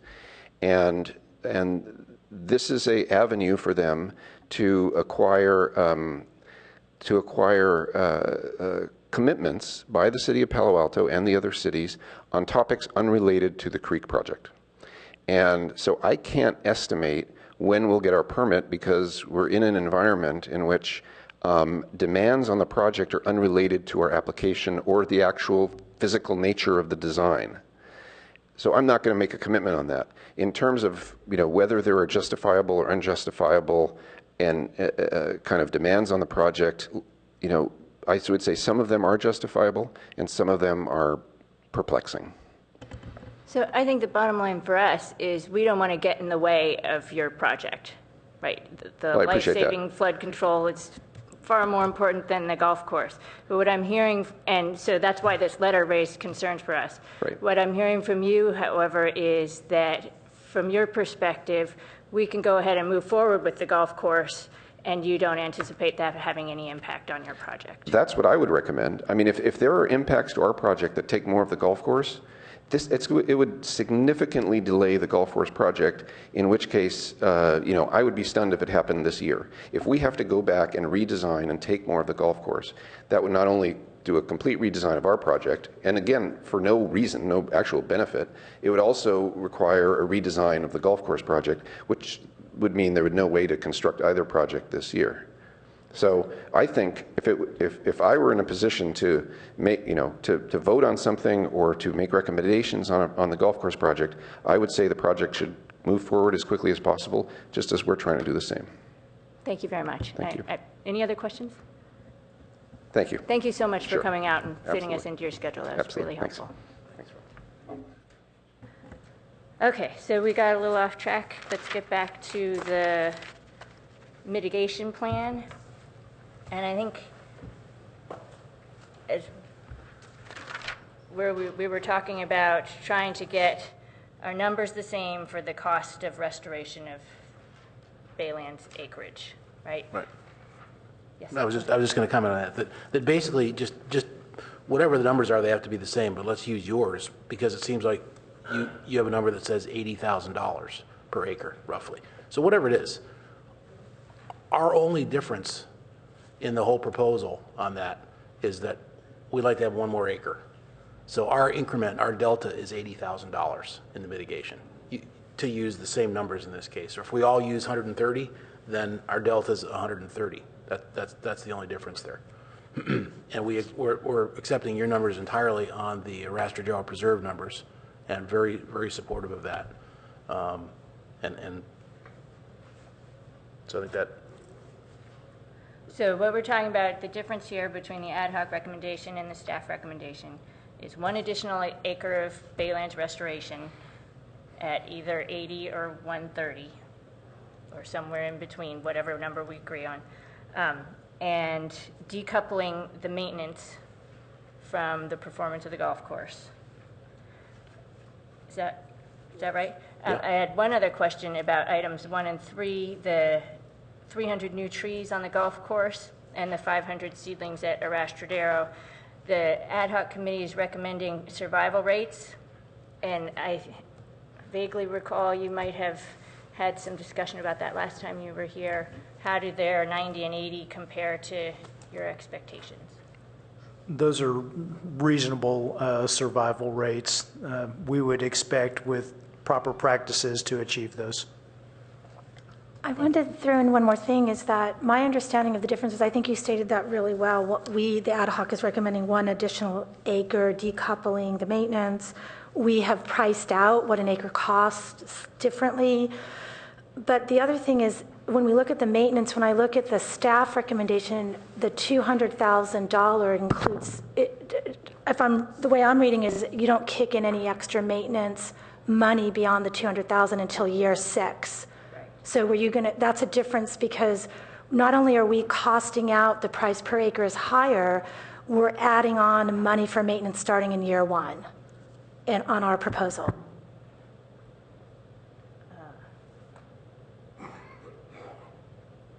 So that 200 got me confused. So you're suggesting there should be an addition. Well, I'm just saying that's the difference when I read what staff has said. The difference is, if I may interject, is whatever the acreage cost is, 80, 130, somewhere in between, plus 20.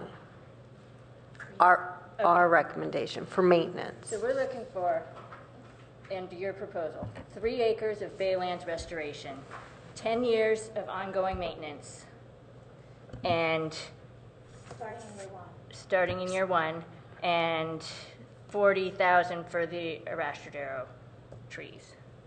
Right, but we're in agreement with that, with the staff recommendation. That's the same number. Right.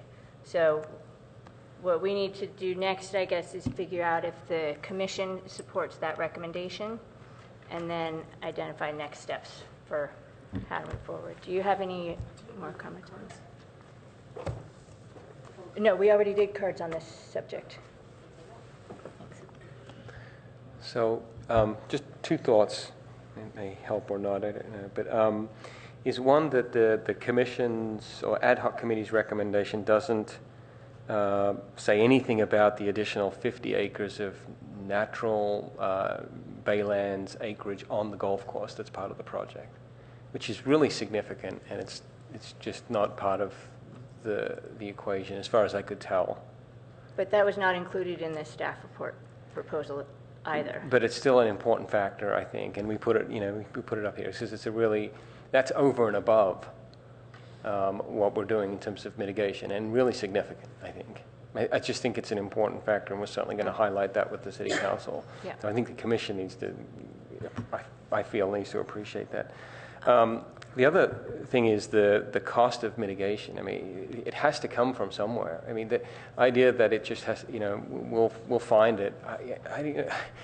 I'm not sure that's going to be the case. And tying it to a revenue stream, I think, is in some ways a stronger case for actually getting the money and funding for the maintenance.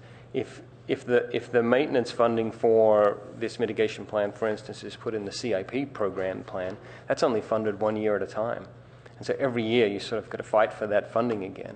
But if it's tied to a revenue stream, which we hope and think will be strong, particularly after 2018 when we retire one of the major debt services we have on the golf course, maybe a better strategic plan for funding ongoing maintenance for a longer period of time than asking council to sort of define the money. Anyway. But what we're talking about is an additional $80,000. Mm-hmm. Well, it's more than that, and we had put out $200,000 as the money that we would put forward, and then any additional would be predicated on the performance of the golf course, right? Right. So it's quite a the ongoing maintenance. Yeah. The one point you just made was that you hope and think that revenues will be strong. And there's no way to project that. So if you're going through, I'm feeling you. I mean, I know what you're saying. But if you're going to restore 3 acres of baylands and commit to improving our tree canopy and replacing lost trees, we can't hope and think. We need to actually pay to keep this stuff alive. So we have to have a more concrete, definitive, the city has to decide in a concrete, if we're truly going to support mitigation, we have to support it. I mean, we can't just plant it and then just watch it die. That's what I do with my plants at home. I mean, I know they're going to die. And so I spend $3.99 on them. But if I'm restoring 3 acres of baylands, I want it to live and thrive and become an active habitat for critters and all of the mice and birds and everybody else who lives out there. Yeah. And I can't hope about it. I need it to happen. Yeah, and we want the mitigation to work too. I think from staff's perspective is after the process and everything we've gone through, and really relying on Walter's expertise here, that $200,000 is the minimum requirement here to do the mitigation. And we agree that in the end, it doesn't feel quite right. We would like to do more, but the more needs to be funded somehow. That's staff's perspective. So tying it to some, reliable, hopefully reliable revenue stream is the way we would fund it. I think it would be hard for us to justify higher than $200,000 without some way to pay for it. We could certainly present that the Commission would like to see that happen, but I don't think it's going to be staff's recommendation going. You're on the maintenance issue now, the $200,000? Just total costs. $200,000 for mitigation funding, and then any over and above costs would require a revenue stream of some type to pay for it, to justify it. Well, I just don't know what you say to those people who call up 5 years from now and say, all these trees are dying at Arrastradero, and you say, well, we're not making as much money as we thought on the golf course. Well, I don't know that would happen. I'll have Walter explain, talk about that. But in 5 years, would all of the seedlings that we've been supporting die? Is that? No, it's just the tie specifically to the golf course revenue that I think that is the objection, because that doesn't necessarily have to do with acres into bayland and so on. As I stated in answer to one of my colleagues' questions here, I think, if assigned the task, we could come up with ways to tie it to some revenue stream. I mean, that could be, preferred parking at the golf course. That's kind of cool. Buy a yearly pass for whatever, and so I think there's ways to do that, but I just don't know how it gets tied to this, to people playing golf at some amount of money, for this year. Otherwise, we don't water the plants. Well, I think what we've strived to do through this whole process is to tie mitigation to the impact. And the impact is coming from the golf course. We should tie the mitigation to that. And I think that makes a lot of sense as far as a revenue stream for it to come from the golf course for the ongoing maintenance of these projects. When we talk about the predictability, we don't want seedlings to die in 5 years. It's very unlikely that once they make 5 years, they're all going to die. However, nature is unpredictable, and so is future revenue. You alluded to the fact that we all want the golf course to do well, but we don't know how well it's going to do. General fund revenue is likewise unpredictable. We don't know what our sales tax revenue is going to look like in 5 years, how competitive our rental market's going to be, and so forth. So there's really not a way to, have a completely reliable commitment on revenue or natural survival. I think we're trying to do the best we can to tie a secure funding source to long-term maintenance so that we have the best possible chance of success.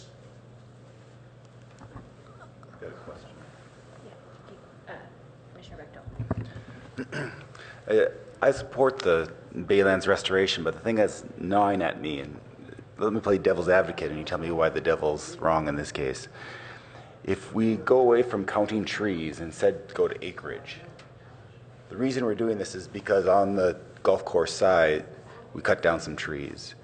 Well, if you just now look at the acreage, the golf course hasn't changed. It's changed from this old big swath of turf and a lot of trees to something that's a lot more like the Baylands. So the devil's advocate would say, we don't have to do any mitigation because the golf course itself is improved.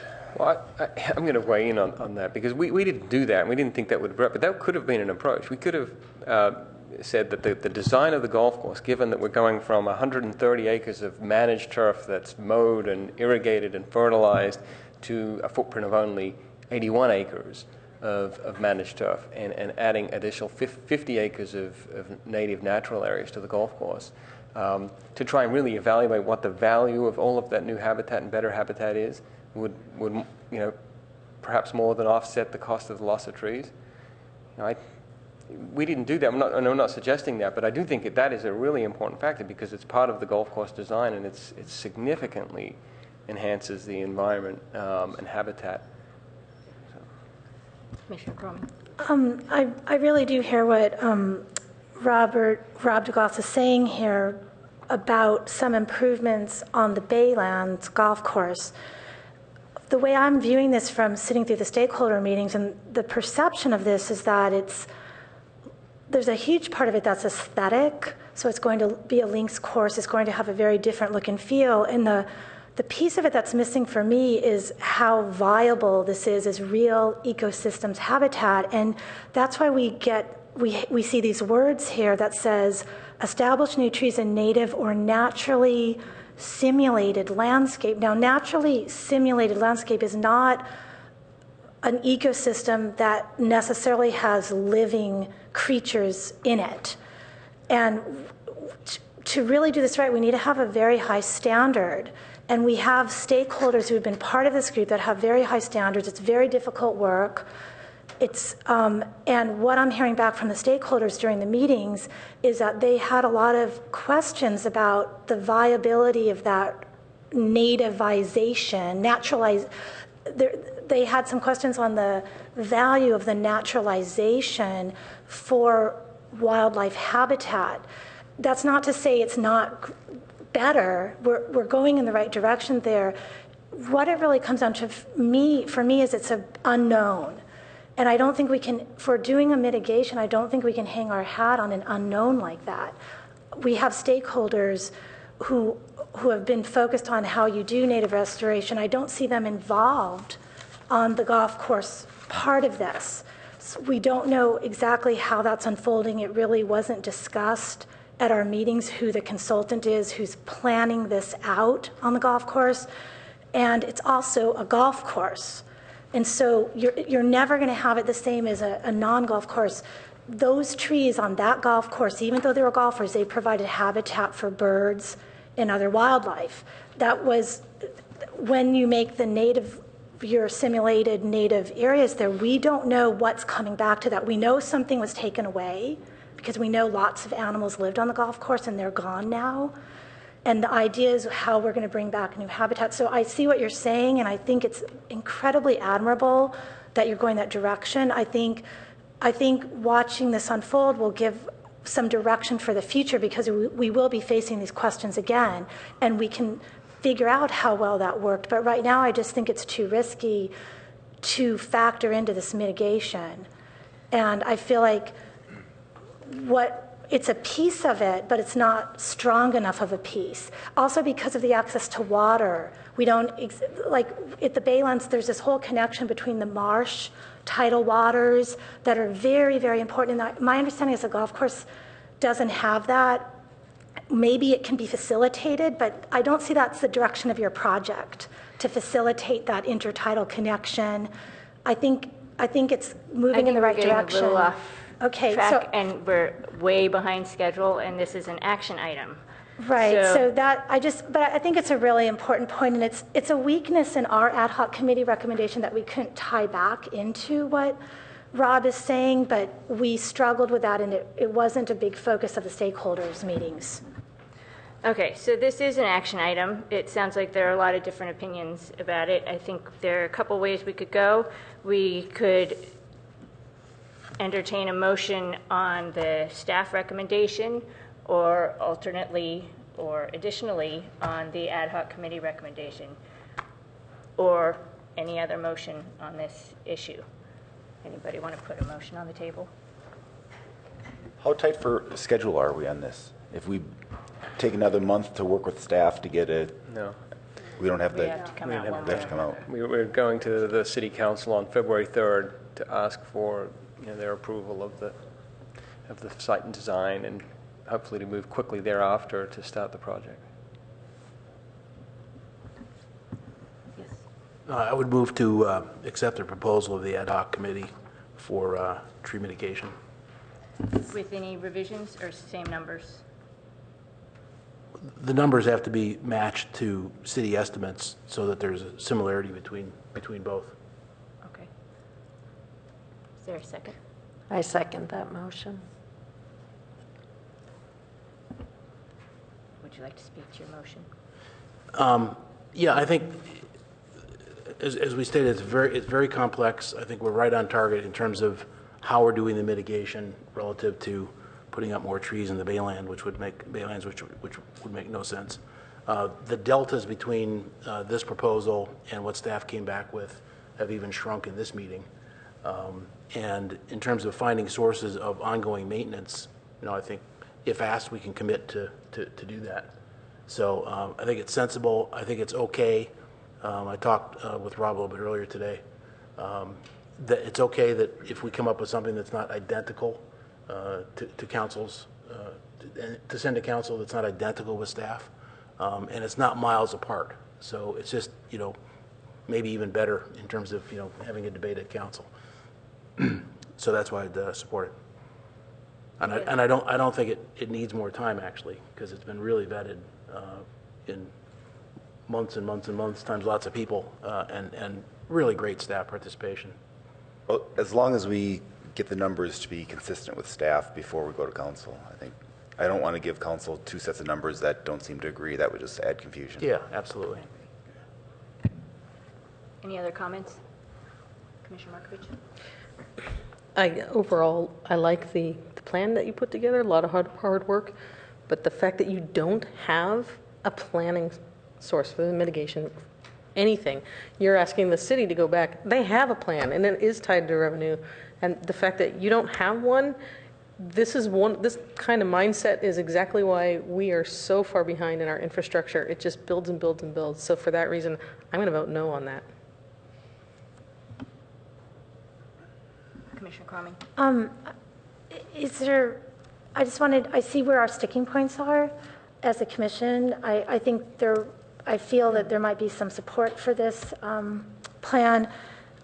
I guess as a member of the ad hoc committee, I am willing to try to make our values meet on what we're costing out per acre. I just don't want to lowball it. So I'd rather land somewhere higher than $80,000 per acre, because I never heard that number quoted. And and that's also including maintenance for the first 5 years. So I really want to be mindful that there is a maintenance cost. So that speaks to Commissioner Rechthal's point. And then for Commissioner Markovich, I've really struggled with this as well, not having the revenue source. And I feel like it's a risky revenue source. So I just wanted to open it up for discussion if there's any way that we could tie the maintenance costs, which again are not that large. We're not, we are only talking about $20,000 a year here to over 10 years. Over 10 years' time. So again, we have to always remember this is not a lot of money compared to what we're spending. We're spending $1 million to just landscape the water processing plant. Okay, so that's, 20,000 a year for all of this work is not that much, because it relies on a lot of volunteer workforce, and that brings the price down. So what I was wondering is if we could consider something. The thing that bothered me about the staff proposal is the line that says that we would get this money. It's predicated on the performance of the golf course and its ability to first pay all golf course operating costs, debt service, funding the golf course infrastructure reserve, and city overhead costs. And it just seemed like a lot that is predicated on, and there's so much, the golf course whole project is just ballooning in terms of cost, in terms of the goals for that project. Is there any way we could strike a compromise and tie it to the golf course revenue source without so many contingencies, where we actually think there's a much higher likelihood of getting this paltry amount of $20,000 a year? This is not a lot of money. So that's can we discuss that? I don't think we're negotiating with city staff on their proposal or our proposal at this point. I think we have a motion on the table that we need to take action on. You could offer a friendly amendment to the motion if you'd like. Okay, I'll offer a friendly amendment to our motion on the table that we tie our maintenance to the revenue source of the golf course, that we define it such that we have some sense of certainty that we will get this for at least 5 years, because I don't exactly know how to do that, but I'd like to tie it to the revenue with some form of definition that is some form of definition. I think that's included in the proposal that's on the table. No, it's not. The motion that's on the table is the ad hoc committee recommendation. But our recommendation does not have our funding source tied to the golf course revenue for maintenance. So I'm amending it and saying I'd like to explore having it tied to the golf course revenue source with certain stipulations added in that will ensure a higher likelihood of us getting the money. Do you have something to add to that, Ed? Well, I don't accept the amendment. Okay, there you go. I don't accept the amendment because I think that's, antithetical to what we're trying to go for. And if our assignment is to find $20,000 a year, we'll do it. Okay, we'll do that. And if that's the only issue that we're worried about, then we'll do it. That wasn't in the scope prior to, this meeting, but we're happy to do it. We're not saying where it should come from, as was pointed out earlier. We're saying where it shouldn't come from because of the vagaries of that. All right, if there are no other comments, yes. The whole discussion about how much it costs per acre brings up a point, what do you do about cost overruns? Are we saying we are going to restore X number of acres regardless of the cost? Or are we saying we will put X number of dollars towards restoration and do as much as we can with that fixed amount of money? Which one are we proposing right now? I thought the latter, but I'll let you. Well, my understanding for the proposal on the table is that we stick by the acreage and make that happen as a priority. Yes, Correct. 3 acres, Whatever it costs. whatever it costs. That I seems support- impractical to me. That doesn't mean that they all have to go in day one. You know, if that has to be phased in because of staff time, et cetera, that can be done. But the that is the the goal commitment for and the mitigation is 3 instead of 2. That's kind of the simple difference here. Question? So I would offer an amendment that we revise that to say we're shooting, our target is 3 acres. This is what we think it will cost, and set the number. I think if you say 3 acres and then wait and see how much it actually costs to do each separate 3 acres, then you have this uncertainty that just hangs on forever, can balloon, can shrink. But we have an uncertainty right now because we don't have the exact numbers, and they're saying that, not because they're not, trying. It's just that there needs to be more work on it. And when you put a park I mean, we have almost a plan, 50% delta or 40% delta between our 2 numbers. They all came out of the same committee. So, and when you put a plan in for other parks in the city, our designer says, this is what I'm going to give you. I'm going to landscape everything, then you put it out to bid. I mean, when you have a design on another park, you set your design, you establish how many acreage you're remodeling, and then you set it out to bid, and the person who accepts the bid doesn't get to come back to you and say, I'm sorry, I ran out of money, and so I can't finish it. So, But you do have a target budget to start with. right, and so that's why I would argue our target budget has to be a little higher than what staff is saying. We can't go to the bottom part. We can't go to the bottom of if we're debating between 80,000 and 130,000. I'd never even heard the number 80,000 until tonight. So I just don't think that we can, that's an argument to not go all the way down to the lowest number. So I have a question for about the motion. If you proposed the ad hoc committee recommendation with the caveat that you come to some agreement on a number. Is that right? Where do we stand on the number in the motion don't understand the question. for the What the per acre cost? what the city tells us it costs per acre to rehabilitate an acre. Okay. Right. Right. And if it's closer to 60 or 100, we can change that right now. These are cost estimates, all numbers to be bid by staff. Okay. So Right, it's a it says quantity of acres. estimated expenditures because it's estimated, just based on our conversations of numbers that have been thrown around. So I think we're ready to vote. Yeah, because if it's their number, it's $60,000, $80,000 more that we're proposing, and if it's our number, the one that we picked from the last meeting, it's $130,000 more. And that should be trimmed up, I'm sure, by the time it goes to council, so. Okay. So the motion is to approve the ad hoc committee recommendation. All in favor? Aye. 1, 2, 3, 4, 1, 2, 3, 4, 5, 6. Opposed? 6, 1. We have 6 ayes, 1 nay. Can I have one comment? Yes. To explain my vote? I think we're not all the way there, but I think we're close enough, and that's why I voted yes. It makes me nervous that the numbers don't agree, and I think we can rectify that. It also makes me a little nervous that we don't know for sure how much it's going to cost us. But I think that the uncertainty should be, with some work, we should be able to get rid of that and get to hard numbers. So I'm willing to take that risk and recommend to the city council that we do commit to doing 3 acres.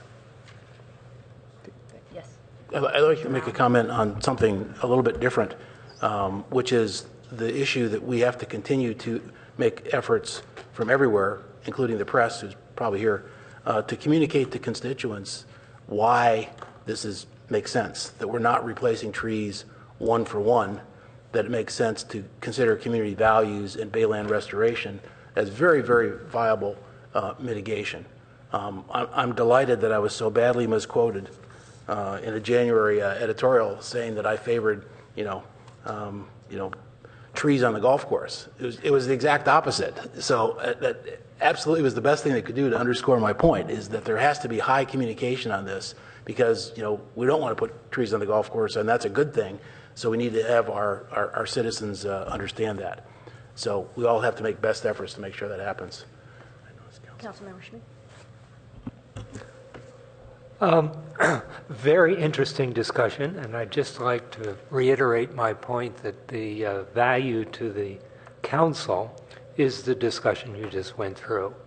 And I know there's very little time between now and the council discussion of this, but if you could get the verbatim minutes, I guess especially once you started making motions, and make sure that that is available to the council the week before the meeting, would be very helpful. Yeah, we can do that, Councilmember Schmidt, and we are having the minutes done sort of verbatim with an outside contractor, and they do that within 5 days, so we can include it in the packet. Thank you. All right, that concludes item number 3. We'll move on to item number 4, recommended approval of a park improvement ordinance for the reconfiguration of the Palo Alto Municipal Golf Course Capital Improvement Project. We have a number of speakers. We'll start with Eileen McLaughlin, followed by Craig Allen. And you'll have 2 minutes, please. Good evening again. And I'm here to recommend that you do not recommend moving forward on the ordinance or recommend this EIR to City Council. I want to go back a little bit. The Citizens Committee has been working for decades now with the Don Edwards Refuge and numerous projects along the shoreline. We have a lot of experience following projects that are going through CEQA and the permitting process. So we've seen this a lot of times. So I wanted to share some information with you which may be helpful. What's the reality of the permitting process? The major master permit they're looking for is a dredging permit from the Corps of Engineers. That permit feeds on and has a participation of a whole list of agencies: the Water Board, the U.S. Fish and Wildlife Service, the Marine Fisheries Service, the State Fish and Wildlife Service, BCDC, and others as may be appropriate for the project.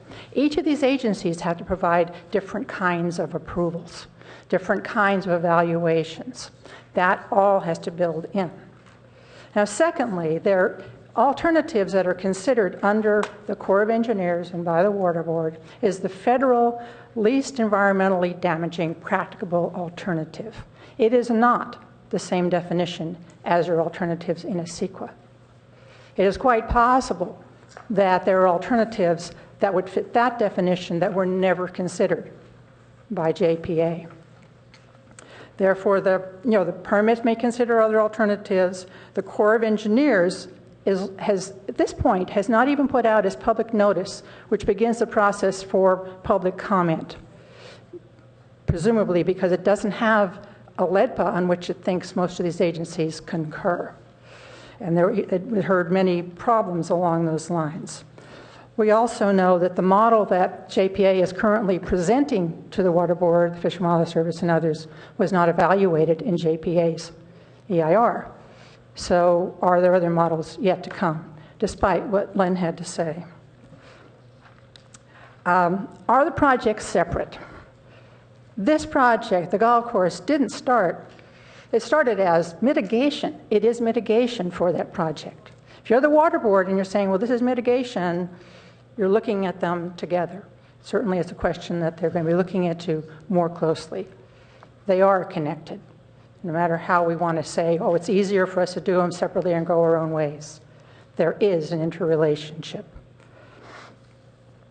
Last July, I brought the question of timeline to the Planning and Transportation Commission when they were looking at the draft EIR. And members of that board came to the recommendation that this EIR not go forward in final form until at least December, because there was a representative from ICF, the consultant working with JPA there, who said they were pretty confident that permitting would be done by December. Well, we now know we don't know when. And so we've got lots of uncertainties going on here. To go forward and learn later can be very, very costly for the city. I know there is money to consider trying to move forward fast, but there's also money to consider at the back end as well. The unknowns here are just too great to just not sit and wait for a while.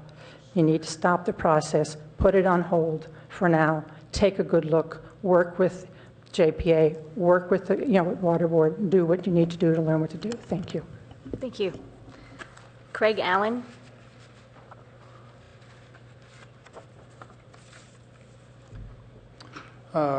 Commission, Craig Allen, have played the golf course for the first time in 1956 when I was only one.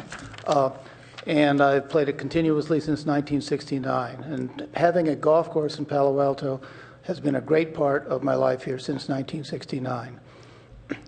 First, I want to thank Rob DeGeis and the staff of the City of Palo Alto, who's done a wonderful job getting this project to where it is today. That's what I can say, because they've worked with the golfers, they've worked with the community. Time is of the essence here. The golf course has been shrunken, play is reduced, we're piling dirt, we're ready to go. This does not need to be micromanaged anymore. It's been managed to death for years. It wasn't the golfers who wanted this full golf course, but as long as the city council decided they wanted it, then we should go for it, and we should do it right now. And as far as them being two separate projects, they are two separate projects. There's a nice line that goes down that side where we won't be anymore, and the flood control can do what they want. And different designs for the JPA just can't happen, or it's never going to get done. So don't even think about that possibility. Approve this, send it to council, let council cough up the extra money that's been added because of already delays and because of things that have been added. The pro forma still says it will make money, so we just have to go ahead with it. There's dirt down there ready to be done with something to be done with it, like make a golf course. So please, let's not have any more delays. Let's just go ahead and do it. Thank you very much. Thank you. Sorry, I guess I should have had you guys do your thing first. I haven't got this sorted out yet. So, are you presenting, or Joe? We don't have a large presentation here. We'll just make a few comments. And let me first introduce Joe Teresi here. He's the senior engineer for Public Works and is the project manager for the golf course reconfiguration project. We're asking the commission to recommend to council approval of the park improvement ordinance that was in your packet. As you know, the municipal golf course is dedicated parkland and required under Chapter 2208-005 of the Municipal Code that construction in parkland requires a municipal park improvement ordinance. The commission has seen the golf course design go through many different renditions, from 7 different ideas down to 4, down to a final option. And then recommended that final option to the City Council in 2012. The Commission then has provided input throughout the design process from then forward, and then had a unanimous vote in March of 2013 to support the site and design. So the design stays essentially the same as you last saw it, and that's what we'll be presenting to the City Council on February 3rd. We'll be asking the council to do 3 things on February 3rd. One is to approve the final 100% site and design of the golf course. It does not include the 10.5 acres. It's just the golf course as you've seen it. We'll be asking them to approve the park improvement ordinance that you have before you this evening, and we'll be asking them to certify the EIR, which we just got the final EIR completed document today, of which the commission's role in the EIR process is really to be involved in the process and provide comment during that period, which the commission did as a whole and as individuals. So we thank you for that, and I'm sure you'll be eager to read it. I have a copy here. There's there in the libraries. There's one at Lucy Stone Community Center. We certainly can have access to that before February 3rd. Joe, would you like to add anything for context? I guess I would just add that the way I see this is that your endorsement of the park improvement ordinance is a logical next step. You've already endorsed the site and design application, and this is just really another way of doing almost the same thing. You're essentially saying that you've reviewed the project, its scope, its elements, and that you agree that they're appropriate for the golf course.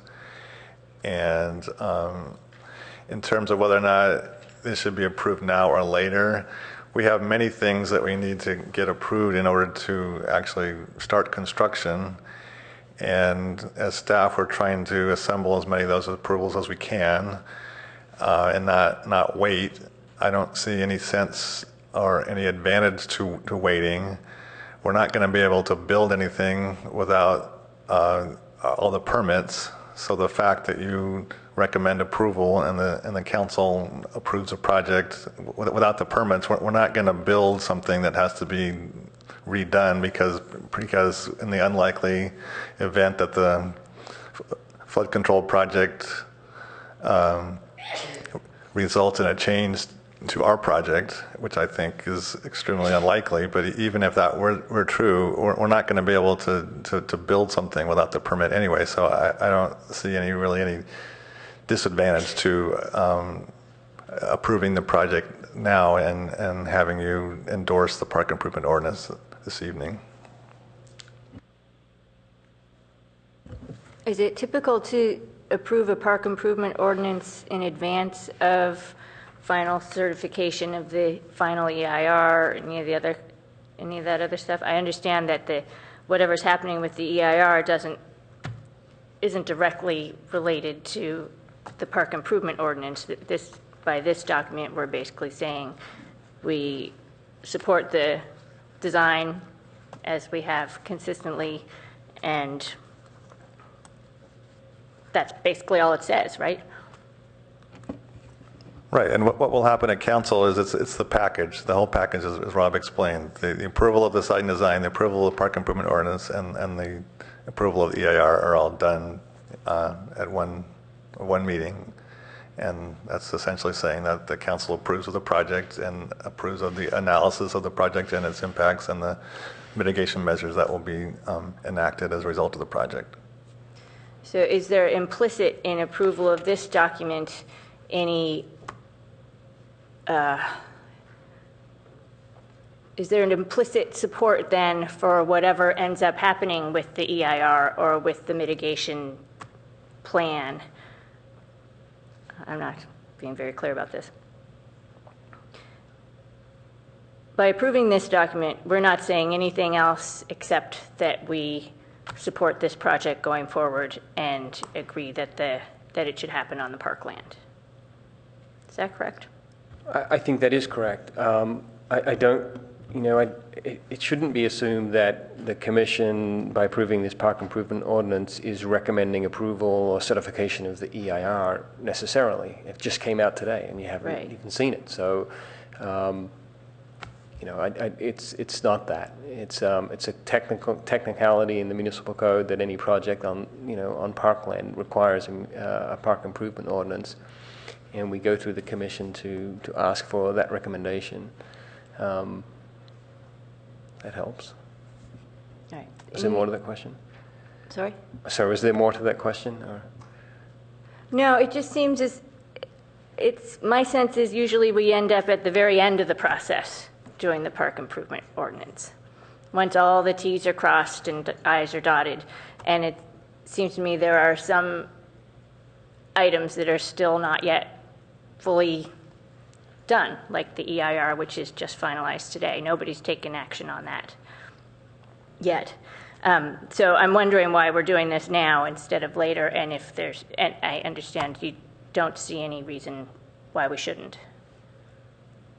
Well, I would just say that with respect to the EAR, in terms of the T's being crossed and the I's dotted, that it has happened with respect to what the Commission's role is with the EAR, which is to participate in the creation and development of the EAR. It's complete, and it's not going to change. It goes to Council from here.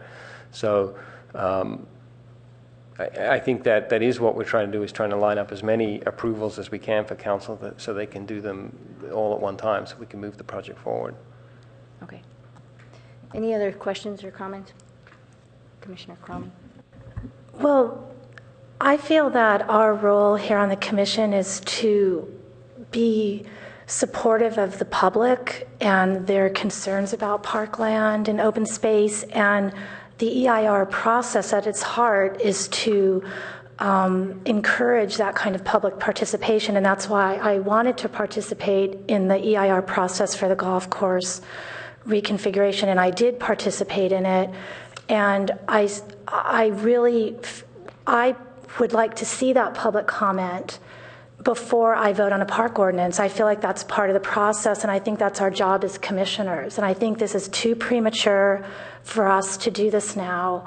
I think that we've done a couple other things in the course of this project prematurely, and I have regretted it at those steps.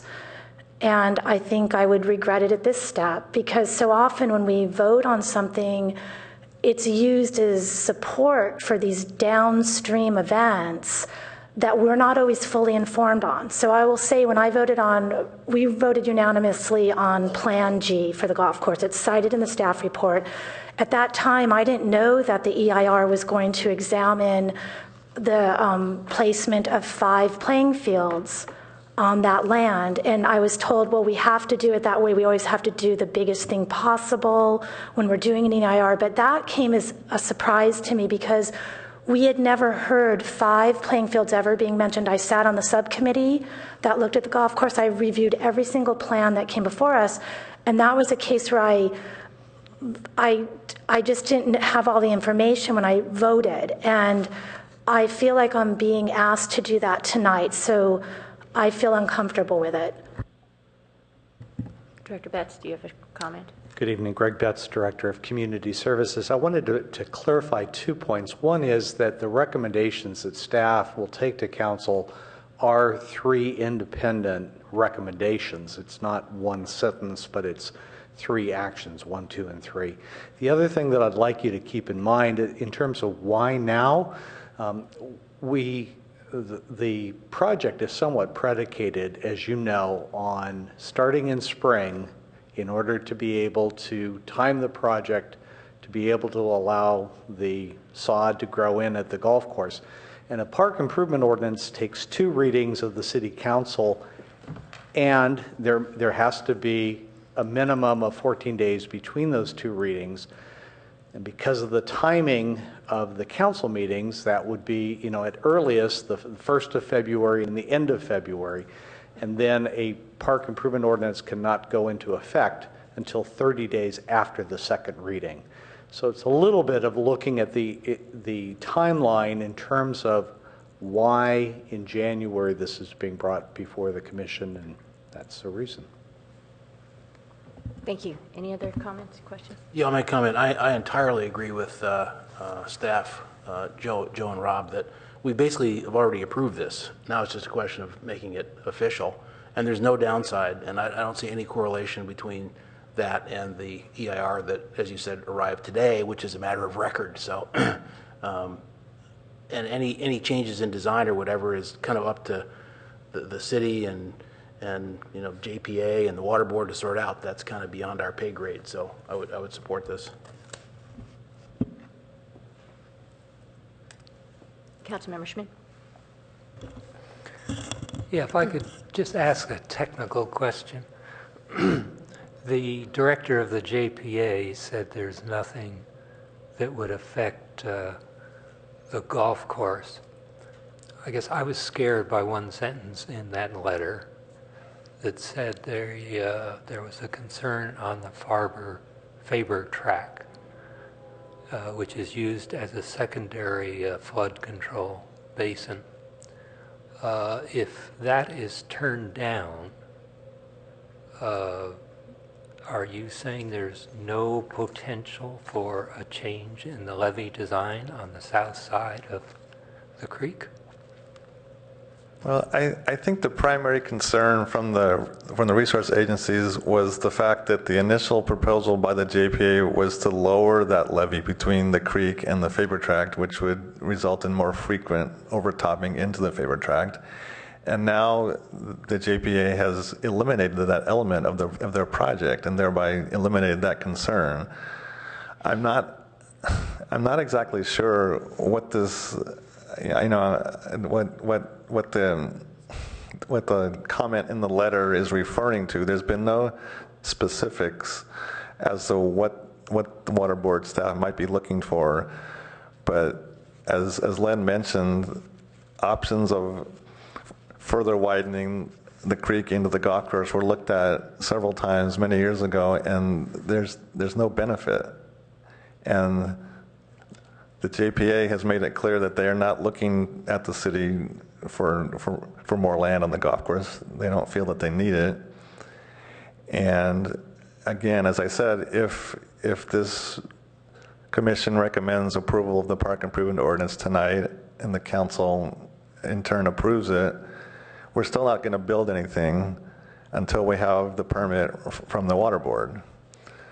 So in the worst case, if we don't get the permit from the water board, we're not going to build the project anyway. But in the meantime, our goal is to get all the approvals in line so that as soon as we get that permit, we can move ahead. Any other comments, questions? This is an action item. Do I have a motion on this item So moved. to approve? To approve the park improvement ordinance. Seconded by Chair Lowing. Any further discussion? All right. Yes. I say this every time this comes before commission, I'll repeat it. I really want to make sure that we don't shortchange ourselves when we're building up the golf course, adding the fill. Because every load that you load lifts that turf that much further away from the salt water. And I think 5 years from now, we won't look at the turf and say, oh, I wish we hadn't put as much dirt in. I think it'll be the opposite. There'll be spots where I wish we had put a few more loads in over there. So I would not cut any corners when it comes to filling up the golf course. That's my only comment. All right, we'll vote on the motion. All in favor? Opposed? That's 6-4, 1 against. And that will conclude item number 4. Thank you very much. Next item, number 5, discuss El Camino Park lighting plan for both athletic fields. I don't have any public comment on this. Is there anyone else out there? If you'd like to speak to this topic, get a card in soon, please.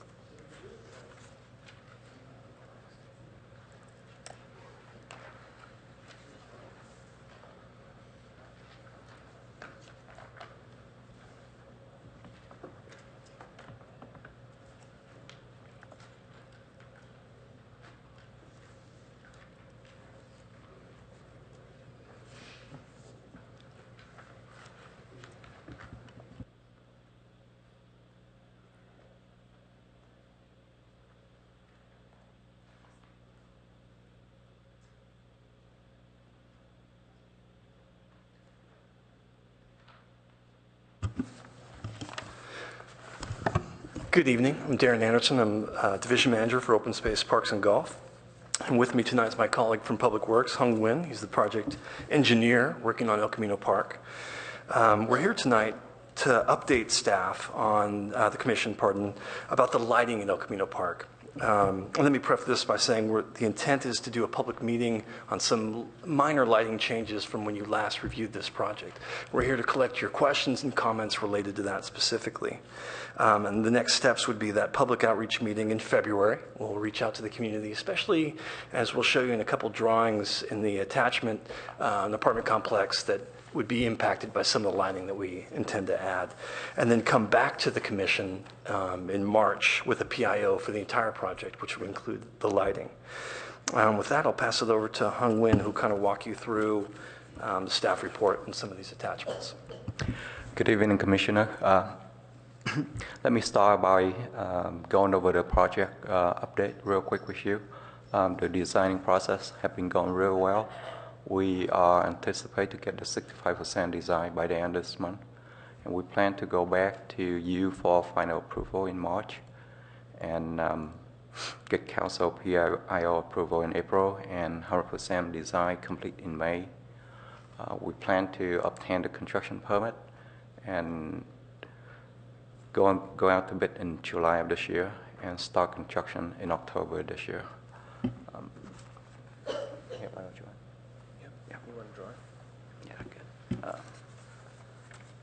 What slide you want? The site plan, the first one. Oh, the first one. Yeah. Move it back. This one? Yeah. So you might have seen this plan so many times. I just want to bring the slide up to refresh you. We have a north field and a south field.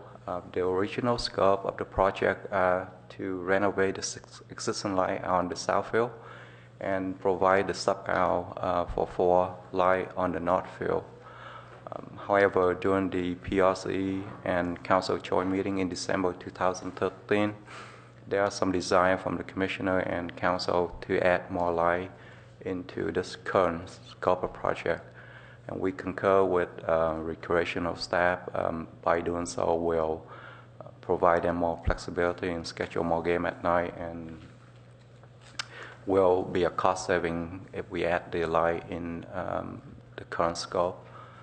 So we have revised the project scope to include the new line and pole for the north field. On top of that, we'll provide 2 more new additional line on the south field to enable staff to use the whole, the corner, the foremost corner of the south field.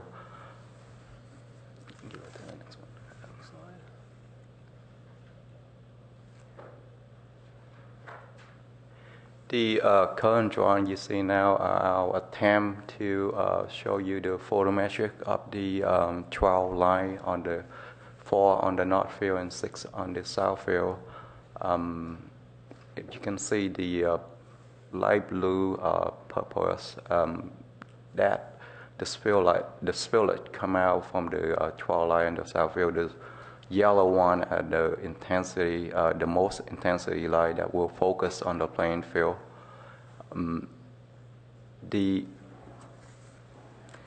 All the new lights, if you can see, S1 to S4 will be mounted on the 70 feet high pole, including B1, P1, and P2. All the other light will be on a 60-foot high pole.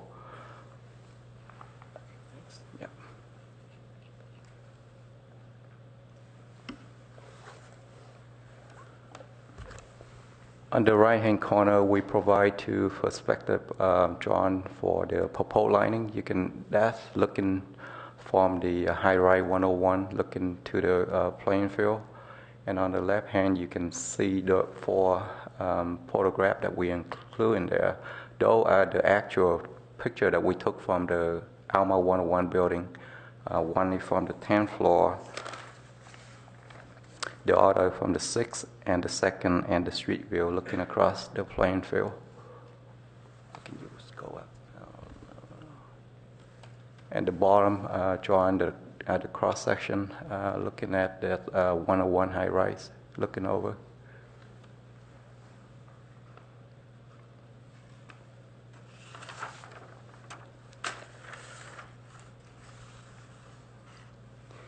The last one, we show you the light structure that we have selected for this project. It's from Musco. The reason we chose this light is it had the more efficient compared to other light structure, and it provides less spillage from the light pole from the playing field.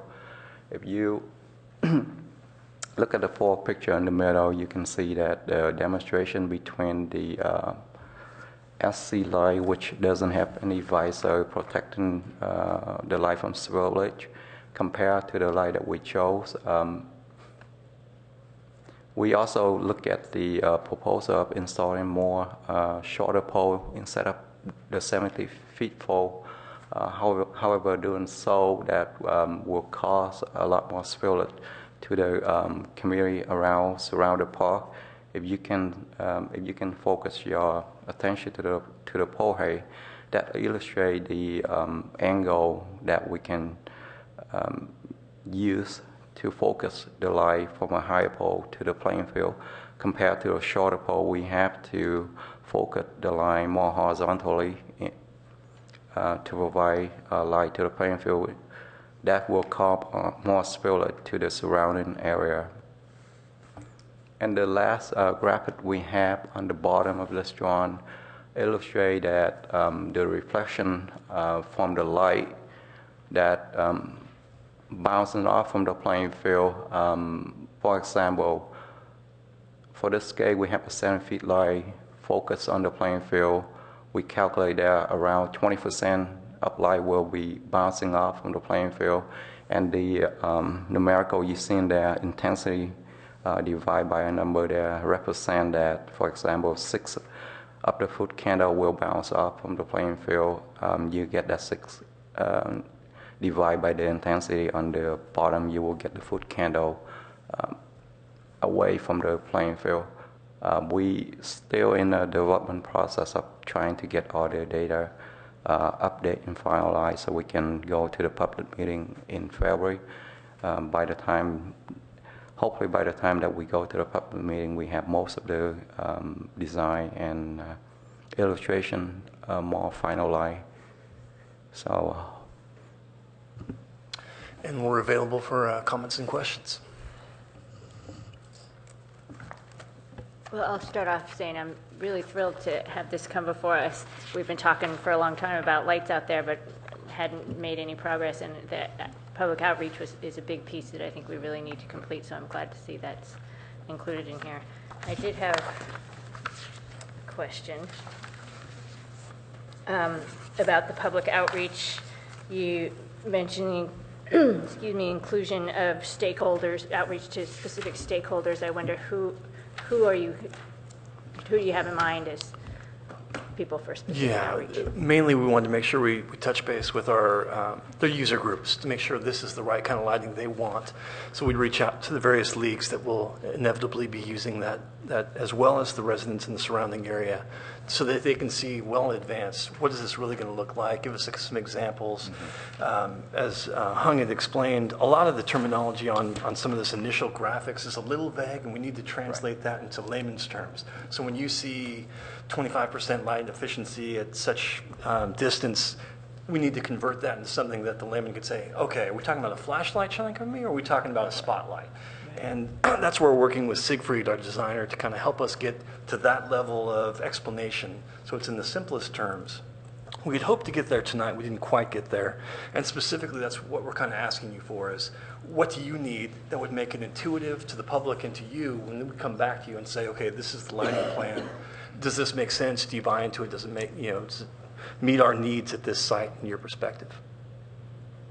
Awesome. Are there any, before we take comments, are there any questions? Commissioner Markovich. My first comment is, you got to make these graphics bigger. I can't even read them. They're so small. And I'm not a lighting expert, but is it possible to look into just putting the lights on the railroad track side of the field? So if there is light bounce, it's going out onto El Camino and not up onto 101 Alma, because that's where you're going to get the most pushback, is that building. Yeah, excellent comment on the graphics. We'll be sure to address that. The second point is one we looked at as well. Is it possible just to light it from the train track side and not back towards the residents? And unfortunately, we did investigate that, and the answer was no. We can't adequately light the field in one direction to meet the needs of our stakeholders, the user groups, that is. You won't adequately light that field. There'll be shadows cast in weird directions that throw off perceptions from the ball use and the play.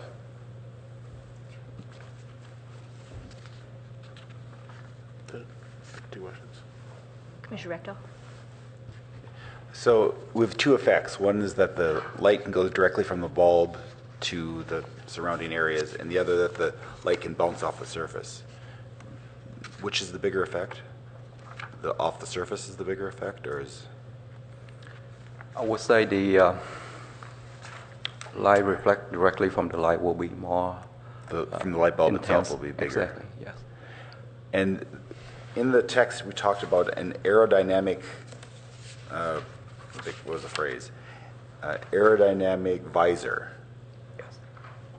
Is that what you were talking about that would focus the light or Exactly. shield the light? Exactly. That will shield the light from it, and we have the ability to angle it at any angle that we want. Okay, and why do you call it aerodynamic? Is it that it's designed to minimize wind? No, that to minimize the spillage from the light. But the term aerodynamic, why is that? I think that the term aerodynamic, the sell point for them to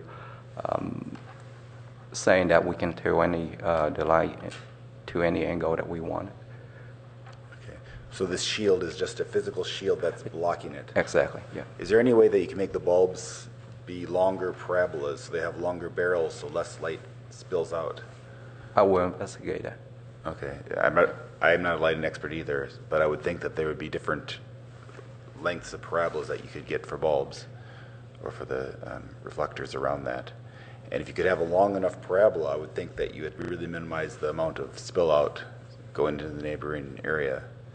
But I would think that between that and a visor, you should be able to really minimize, especially with these tall poles, minimize how much is spewed out into the surrounding areas.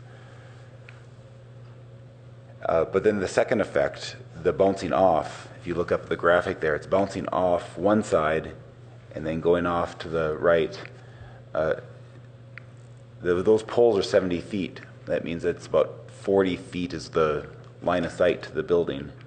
Is there any way you could put some type of netting like you would have on like the side of fences by tennis courts? Something like that would just cut down the amount of bounce that you would set up there. That's possible. I will investigate it. Okay. And also it'd be nice to see like you're saying, get that into real effects. I think full moon would be a good one to compare it to because people don't object to the full moon. You don't get complaints of people complaining the moon is too bright tonight. And if it's the size of a full moon, I would think that would not be objectionable with the neighborhood. Sure. But if it's 10 full moons, well, then maybe you're in trouble. Right.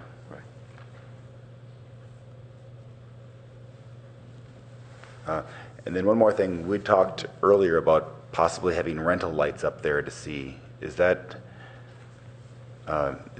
is that being considered at all? Yeah, we had initially discussed that, still kind of under consideration. I think we'd play it by ear with how that public meeting goes and how well we can articulate what the impacts of those lights will be. I mean, I think some of those photos, the photo from the 10th floor inside the room is really handy to see, okay, this is what the tree canopy is going to block. And with Paul from Siegfried, he did have some suggestions on how much lighting he seemed to indicate, though I don't have specific numbers, that was really going to be negligible light impact to that area. The problem is we need to convey precisely what that is, and we don't have that yet. And where it's coming from, because if you know where it's coming from, then there may be some mitigation you can do. But doing a rental light and getting it to the 70-foot height on that site, which still isn't developed, might have more challenges than we know just yet. So I think maybe we can get to a resolution by working on this a little bit more. That would be my preference, is if you can explain it to them in words that they can understand, that may save you a lot of money with the rental costs. Yeah. And what I'm concerned about is that these rental lights are not going to be the same design as what we're going to be using, and now you may be misrepresented. You may make matters worse, and they might find the real lights acceptable, but the rental lights unacceptable. Now you shot yourself in the foot. Right. So I would try to explain in layman's term and see if that works. Okay, that's all. Just two quick questions. One is, estimated elapsed time from now going through public process, doing everything you have to do, and then we turn them on and get more fields out of it? I mean, are we talking a year or? You mean until construction? Yeah, I mean, just putting in all the contingencies with stuff that could go wrong and so on. I think we'll still be construction in October. Okay. Yeah. Okay. And then when we were doing the CIPs, there was some hope that maybe there was something that we could trade off that wasn't used in the El Camino Park so that we could get sort of quick funding on that. Has that been looked at yet? Do you mean extra funding not used at El Camino Park? I'm sorry, I didn't follow. Well, we were looking at it not having to be a new CIP because there were some funds that ended up not being spent, i.e. the dog park. No, unfortunately, it's almost the opposite. The increased costs, remember this original plan did not install lights on the north field. It only subbed them out and it didn't include these 2 new ones. So it's going to actually, in spite of those other cost corrections of not adding the dog park, we're probably still looking at needing $300,000 additional dollars. Okay. That's all. Commissioner Cromie? Hi, thanks for your presentation. Since we have some existing lights out there, were there any complaints on the existing lights at the baseball field? Not that I had received. Rob, did you? Okay, and so will the new, I'm sorry I didn't follow everything technical in the presentation, will the new lights cause more light pollution in the evening than the old lights on the baseball field? We don't expect that. However, we add more light to the north field, and people haven't seen that, so they perspective may change when they see the whole field north and south light up at the same time. That could provide a false impression to them. So that's what we expect they might very concerned about. You're talking about the synergy between the 2 fields? Yes. Yes. Okay. And have we ever used this kind of light in our city? Yes, we use, it might be a newer model, and Musco, the company we utilize for this, is constantly evolving and improving. I mean, that's what they do. Sport field lighting, light sensitivity and spillage is one of the main concerns at every field that has this. So they're constantly working at cutting that down, and that upper drawing that kind of had these various iterations of lights and the capping of it and the angling all go towards minimizing that light spill. So where we have Musco currently is at our Stanford Palo Alto playing fields. Those are similar lights. Okay. This would just be the newest iteration, which would be, we would expect to have greater light containment, that is keeping it on the field. Okay, so, right, I mean, there's a lot of lights on the Mayfield fields. So do you think when you measure it, will this be on par with that? I know it will be more designed better, but is it, that's the field that's what I'm most familiar as having the most light emission on any of our lighting. And now does this top that or come below it? I don't have a good answer for that. My guess is that it would be comparable, but we haven't done an analysis to say which would have greater lighting or which wouldn't. And what is the duration of the lights being on up into the night? What's the time schedule? It's based off scheduled play, and the cap would be 10 p.m. But if the scheduled play was brokered out to 9 on that particular week or day, it would shut off 30 minutes thereafter to allow enough time for the participants who participated to get back to their vehicles in a lit area. Okay, so I'm really excited about this project, and I'm glad it's moving forward. I just think, of course, it's essential to get a really good public process because people do get worried about this. And so I just want to make sure that a lot of effort is taken to notify everyone who possibly might be concerned. And right now, is there only one public input meeting scheduled for this? Just one so far. And is that flexible if anything comes up and you miss a group of people or something like that? Yes, I mean it's always flexible in terms of what the public reaction is, but I'd also be very sensitive to delaying or deferring this project any more than we already have. You know, we've got right now the city's currently got a couple big projects that are delayed, and there's that aspect of the public outreach. Why are you taking so long to get these projects done? And we want to be sensitive to that as well and get this on target and getting completed as soon as we can. Okay, thanks. Commissioner Markovich. A couple of things. Are we going to have an opportunity to talk about any other improvements or issues with that park? When we bring the PIO back, it would be for the entire park, not just the lighting. Mm-hmm. The intent, I believe, was not to open up revisiting the entire design at this point. I think, we've got that one very well vetted, through over 10 public meetings with the commission on that one. So the feeling is among 17. staff that we've got it there. Yeah. No, 18. that we've got the design fairly squared away. It's really just cleaning up this lighting and making sure we've got this right, which is really an enhancement in carrying out what we've already talked about. I mean, we put stubbing there for a reason with the intent of adding lighting. You don't build a synthetic turf, ideally, unless you intend to light it. It makes the most sense to get the bang for the buck. Do you know when this outreach meeting is going to be? Where or when? Mid-February. February 19th, we set up. Oh, February 19th. February 19th, because I'm going to let people know. Oh, yeah, you'll get it. I just need to know. So it's February 19th? Yes. At what time? 6 o'clock. What? 6 o'clock. 6 p.m. 6 p.m. and where? Is it Avenidas? Yes. At Avenidas. Okay. Cogswell. Right next to Yeah, Cogswell. I know where it is. Thanks. Any other comments? All right, thank you very much. Thank you so much. Thank you. Yeah, thanks for jumping on this so quickly. Yeah. After we got a little momentum from council in that study session. That's great. All right, our next order of business is item 6, recommend approval of a park improvement ordinance for the Scott Park Capital Improvement Project. And Darren, do you have a report to make? Yeah, a brief one. Okay, so we have a number of public speakers, so why don't you go ahead and make your report, and then we'll hear from the public. Okay. Just to reintroduce myself again, Darren Anderson, Division Manager for Open Space, Parks, and Golf. And I'm here tonight to ask the Commission to make a recommendation to Council to approve a park improvement ordinance for the design of Scott Park CIP. And I know you've heard this one several times, so I'm going to give you kind of a quick recap of how we got here. And this started in 2012 as a CIP to replace some of the existing features out there, just to repair them and replace them. A public meeting was held on August 28th, 2012, and at that meeting, a couple stakeholders had said, we'd like you to consider bocce. July 30th, 2013, we had an online survey. We had 93 responses, and about 85% supported bocce, but there were some serious concerns from some of the neighbors, and the reports delineated that. We've talked about it at previous meetings.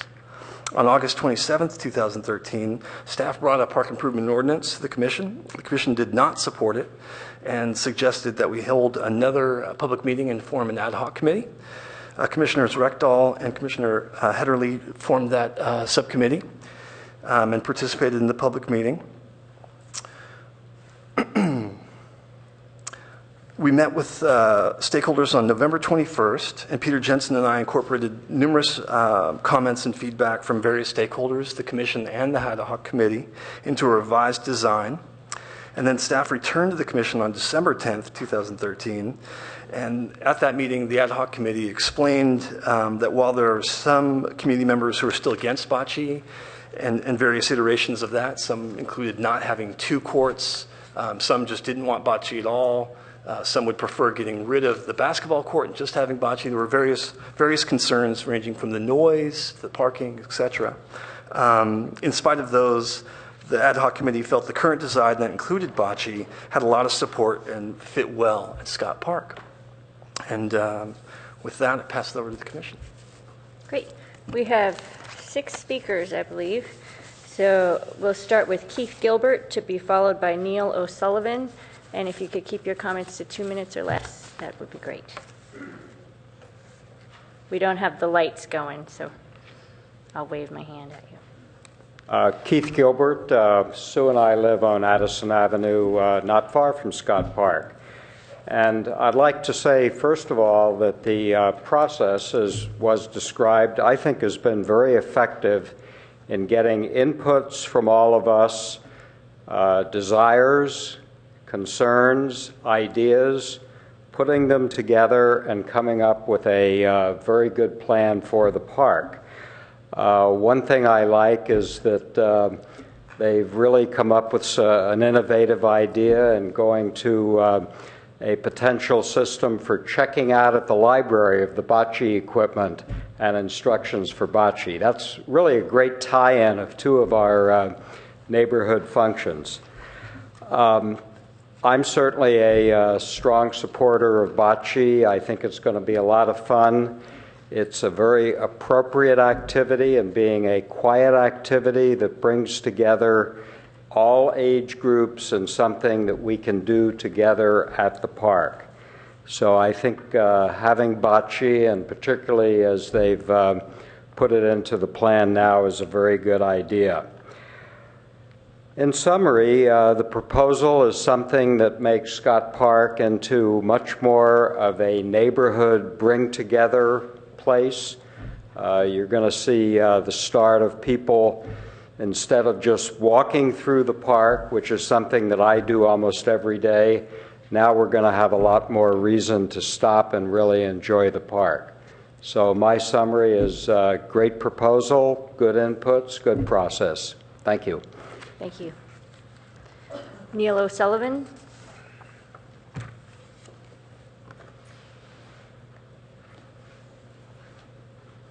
Good evening. I'm here representing myself, Mike Madolo, who also lives at 362 Channing, and my next door.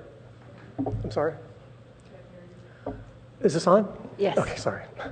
I'm here representing myself, Mike Madolo, who also lives at 362 Channing, and my next door neighbors, Chris and Carolyn, who can't be here because Chris is recovering from a broken back. We are all opposed to this plan, primarily because we're trying to shoehorn 2 sports courts into a quarter-acre park, when there's a perfectly good 2-acre park 1 block away that has no courts in it. So what we'd like to see is, we don't care whether it's bocce or basketball, but just one in this tiny quarter-acre park, and move one of them across the street into the other park, which is 2 acres and virtually empty. That's my input. Thank you. Thank you. Next, we'll hear from Andrew Robel.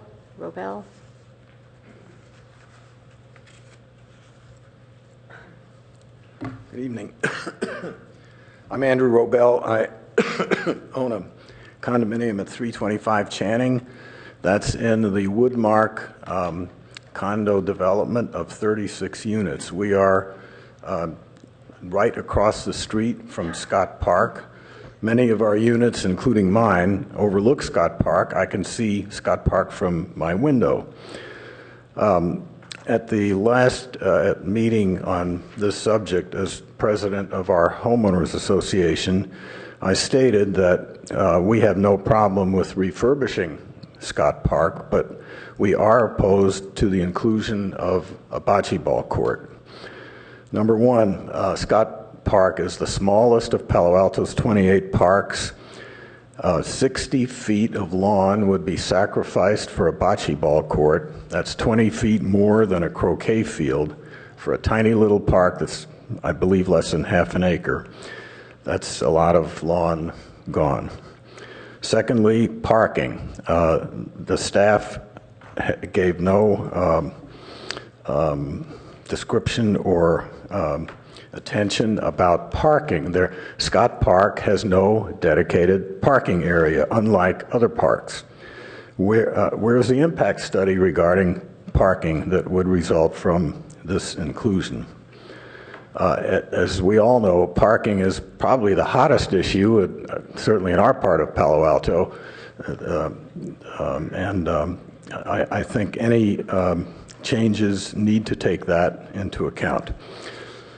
Third, the survey that was reported cannot be considered, it was well-intentioned, and it was a good idea, but it cannot be considered definitive. The survey was not restricted or targeted to close neighbors. Indeed, anybody, not even living in Palo Alto, could respond to the survey by accessing the URL, and there was no restriction on multiple responses. Let's say, enthusiastic proponent, either pro or con, could submit as many responses to that survey as he or she wanted to. Fourth, bocce ball is a team sport. You could have a number of players and their supporters cheering them on. Whether it's a lot of players or very few players, I think it's reasonable to assume that playing bocce ball would not be as quiet as a lawn. Fifth, there was no survey or estimate in the reports that we've seen on the number of potential bocce ball players. And more than 50 years that I've been in touch with Palo Alto, there's never been an express need to build a bocce ball court, or at least one has never been built so far. And so I'm sure there's a few people that are enthusiastic about it, but I think it's fair to say that it's a rather obscure sport. The few aficionados of it might come from other parts of town or even from other communities, since there are very few bocce ball courts that are public. The argument that it's primarily for immediate neighborhood use may not be realistic, because devotees of bocce ball, regardless in other parts of Palo Alto, would gather here because it's the only bocce ball court in Palo Alto if it's built. So if it's necessary to establish a bocce... You're at the end of your time. If you could wrap up, please. Pardon? You're over time, so please wrap up quickly. Okay. If it's necessary to please a handful of bocce ball enthusiasts to establish a bocce ball port, please put it in a larger park with dedicated parking spaces. The people closest to Scott Park, which is the gentleman that spoke earlier, Mr. O'Sullivan, our homeowners association of 36 homeowners, request that you not put a bocce ball court in Scott Park. Thank you. Thank you. Next, we'll hear from Richard Brand.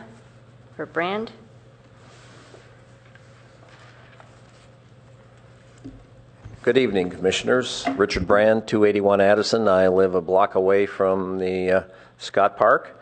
And who would have thought that just renovation of our aged Scott Park, which has been there for over 25 years. I've lived there 22 years, but that park used to be houses, and who would have thought it would have taken this long to get this park renovated. I have to say, I think your staff has done a great job here. They've gone out, got a survey. By the way, that survey was sent to local residents, neighbors, not to the whole community. So the comment from my dear neighbor about everybody being able to comment is incorrect. That was a local distribution, and Darren can speak to that.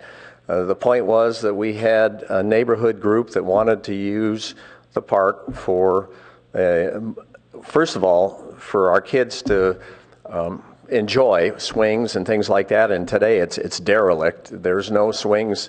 My neighbors will talk about that. I think, Joyce, you're going to comment on that. But we need to have a park done. The recommendation is to have bocce. My good friend, Councilman Schmidt, knows, yes, parking's a problem, but it's a neighborhood issue. We don't expect people to come in from East Palo Alto or wherever to play bocce. We've got neighbors that are going to do this. Actually, some of us have our own bocce balls. So I think that I recommend that you pass this. I think we have a good design here. There may be a few adjustments that need to be made. But by the way, the Summerhill projects, or Woodmark, I guess is the term now, is twice as far away from Scott Park as it is to Heritage Park. Boy, if you've been to Heritage Park lately, there's a lot of kids that enjoy and recreate and shout and play. They make a lot of noise. I guarantee that bocce is going to be 30% or less noise than is generated by the park that's closer to Summerhill. So in conclusion, I support the work you've done. I know that's been a tough road to go, and I thank you for your work. Next, we'll hear from Joyce McClure.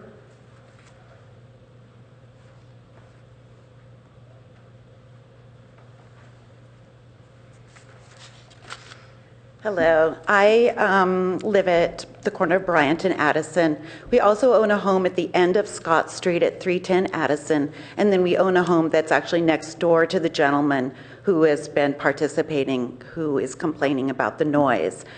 And I actually am not that happy with the way this process has gone, because the previously approved design, which is close to the design that's been there for 30 years, was in place for a year. And that was the one that was distributed to people, which people responded on the survey. So I personally happened to be out of town on November 21st.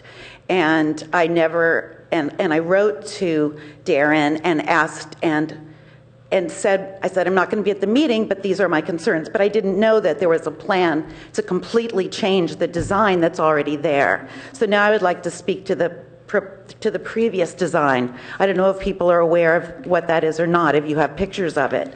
But I do, and I have some that I can pass out if you would like. But what we see, I'm a preschool professional. I've been teaching preschool in this area not recently, but for 30 years.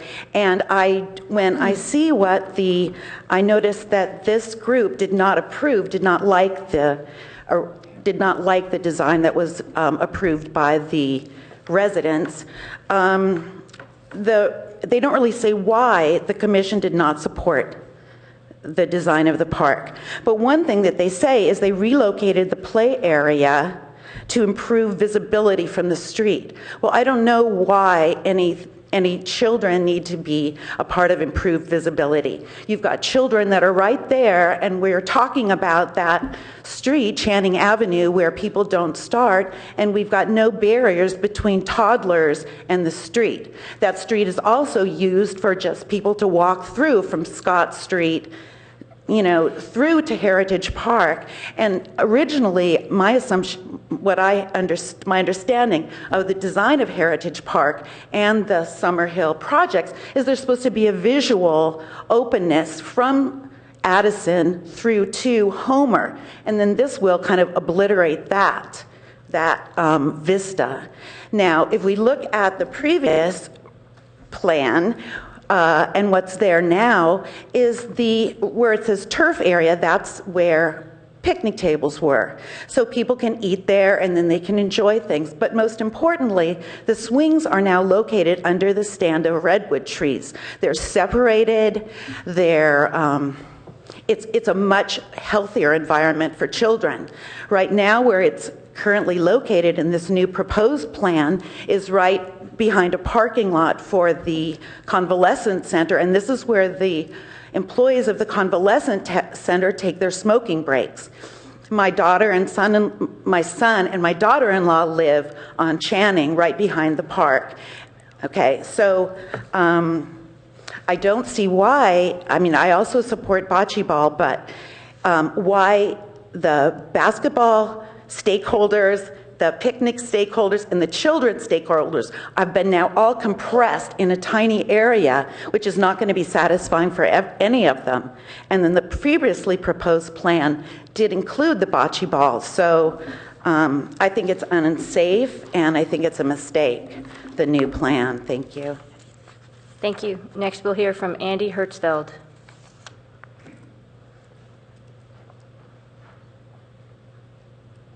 Hi, I'm Joyce's husband.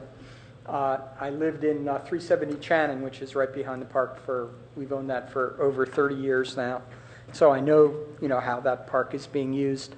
And I think bocce is great, but I don't understand why the swings are, that park does serve multiple constituencies with the basketball. I used to play basketball there myself. And with the swings, which have been defunct. The swings, I think it's been 2 years since the swings have needed repair. So that's space that hasn't benefited the neighborhood for 2 years. I don't know why it takes so long I don't even know why. I think they were maybe structurally unsafe, but why not just fix the swings? But then to move them right into, it seems silly to prioritize the bocce ball, which will be used by primarily older people over the facilities for the kids in the park. The swings were in the optimal place really for the children, and to move them near the parking lot and closer to the street. I also have a concern. I think in the current plan there's trees separating the basketball court from the picnic tables. But those trees aren't going to form a perfect hedge. Those basketballs are going to shoot through, I think, at least until maybe it's a hedge or something, but until it gets mature, you're going to need a fence to stop the basketballs from hitting the picnic tables. So anyway, I think it's great to have the bocce ball court, but not for the bocce ball court to dominate all the other uses of the park. Thank you. Thank you. That's the end of our public comment. As you all know, this came before us last month as well with the same design, and we had quite a bit of discussion. Just for the information of the public, the reason the playground moved was associated with the movement of the picnic tables out of the dark corner, and I think there was a judgment made that it was useful to have the picnic tables in the vicinity of the playground as well. Do you think we made a recommendation from the ad? And the reason those were moved because of neighborhood complaints. People congregate at late hours, and that was undesirable for a lot of the neighbors. Okay. We can't have a dialogue. Sorry. What? So are there any questions or comments? Do you want to hear from the... the ad hoc committee have any input for us? Okay, this has been a long grind, but I'm really happy with the current design. I think that Darren and Peter Jensen have done a very good job. We had multiple outreach meetings, and I think that the final product is very good. The bocce is a perfect fit for this neighborhood park, and I think the location of the sand is very nice, and the picnic tables, moving them to be visible, I think it's a very good design, can be very usable, very popular. So I think this is a no-brainer.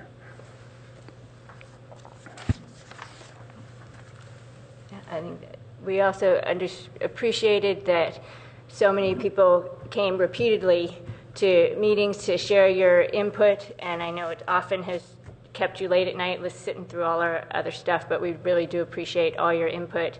And obviously, when there's disagreement about a plan, you can't always please everybody, but our ad hoc committee at least thought that this plan was a defensible plan.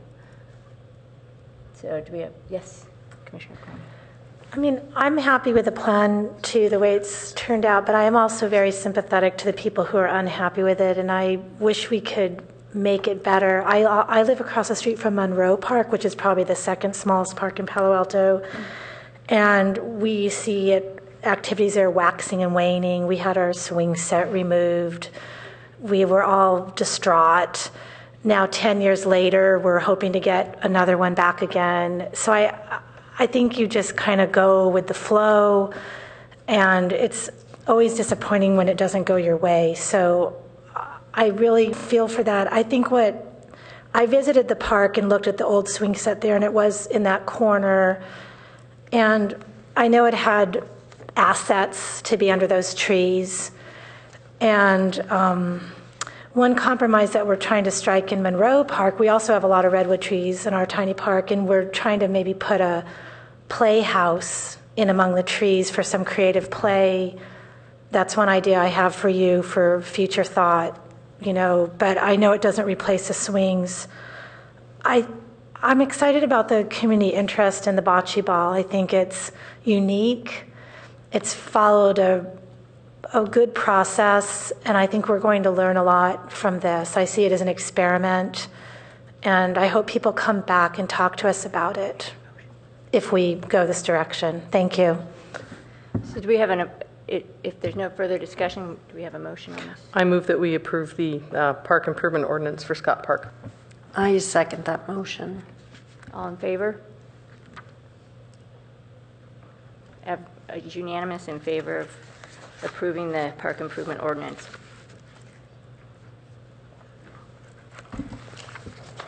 Thanks, Darren. That was a great effort. Yes, thank you very much. Thank you. All right, so that takes us to discuss and plan for annual commission retreat. This is an action item. I'm not quite sure why it's an action item, but I'll just open the discussion with, I think the methodology we used last year, excuse me, for the retreat was useful, where we went through a list of things we thought were sort of coming up on our agenda or that we wanted to put on our agenda and tried to prioritize them and fill in any gaps. So I did look back at the minutes from that meeting. It was March 15th. You all can look as well. I think we would start, I would propose for the retreat, we would start with this list and evaluate how we've done on it, and again, come up with any additional items that we want to add. I know there's been some thinking about that in the interim. So that would be my proposal. And also finishing up as we did last year on kind of talking about how efficient were our meetings, how did the ad hoc process work, sort of procedurally, administratively, what do we want to do the same and do different. Of course, I'm open to other suggestions of how we might handle the retreat. If there are any other ideas, throw them out there. Yes, Commissioner Markovich.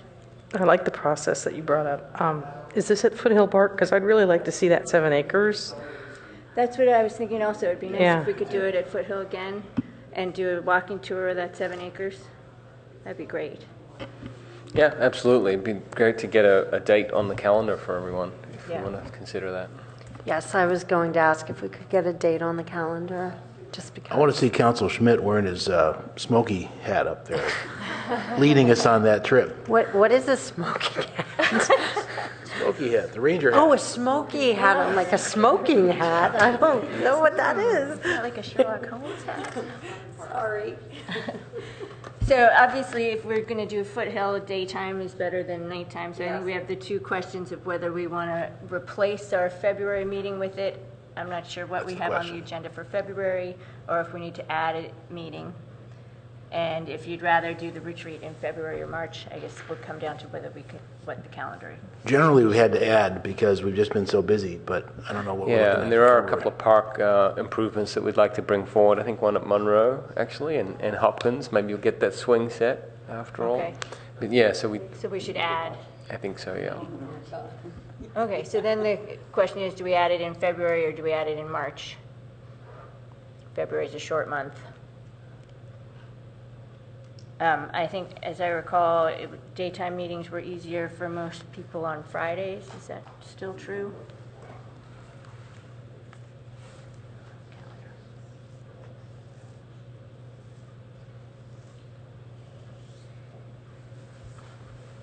Are we considering over lunchtime? I'm sorry, I missed that. Didn't get the times yet, but Okay. we could either do like a 9 to 12 like we did last time, or we could do, a 10 to 2, so we have time to have lunch together as opposed to take our lunch and go home. Which didn't quite work that well. Is there any way to do like an 11 to 1 and go over lunch? I can make accommodations if necessary. I just have That's what I was morning. saying, go over lunch. But But I said like a 10 to 2 or something like that. Oh, so we want it to be 4 more hours? than 2 hours. We probably want Okay. 3 plus. What Yeah, did we do especially last if you year? want to Maybe include 4. a short hike or something in. Right. Yeah. We did a 4-hour, yeah. We're not there yet, right? Whatever, pick one. Yeah. So we're looking at Fridays in February or March. Okay, there's a school 5-day weekend in February starting on the 13th, 14th. Yeah, let's not do that That week. one's out. How about March 7th? Personally, is a little easier. Okay. Our school goes through the following weekend, our break, so. So let's look at March. Mine How does about too. March 7th. Okay. So we'll throw out March 7th as a tentative plan. 10 a.m. 10 a.m. or do we want 10 or 11? 10, 11. We could do 10 to 2 or 11 to 3. 10 to 2. That's good. That's my vote.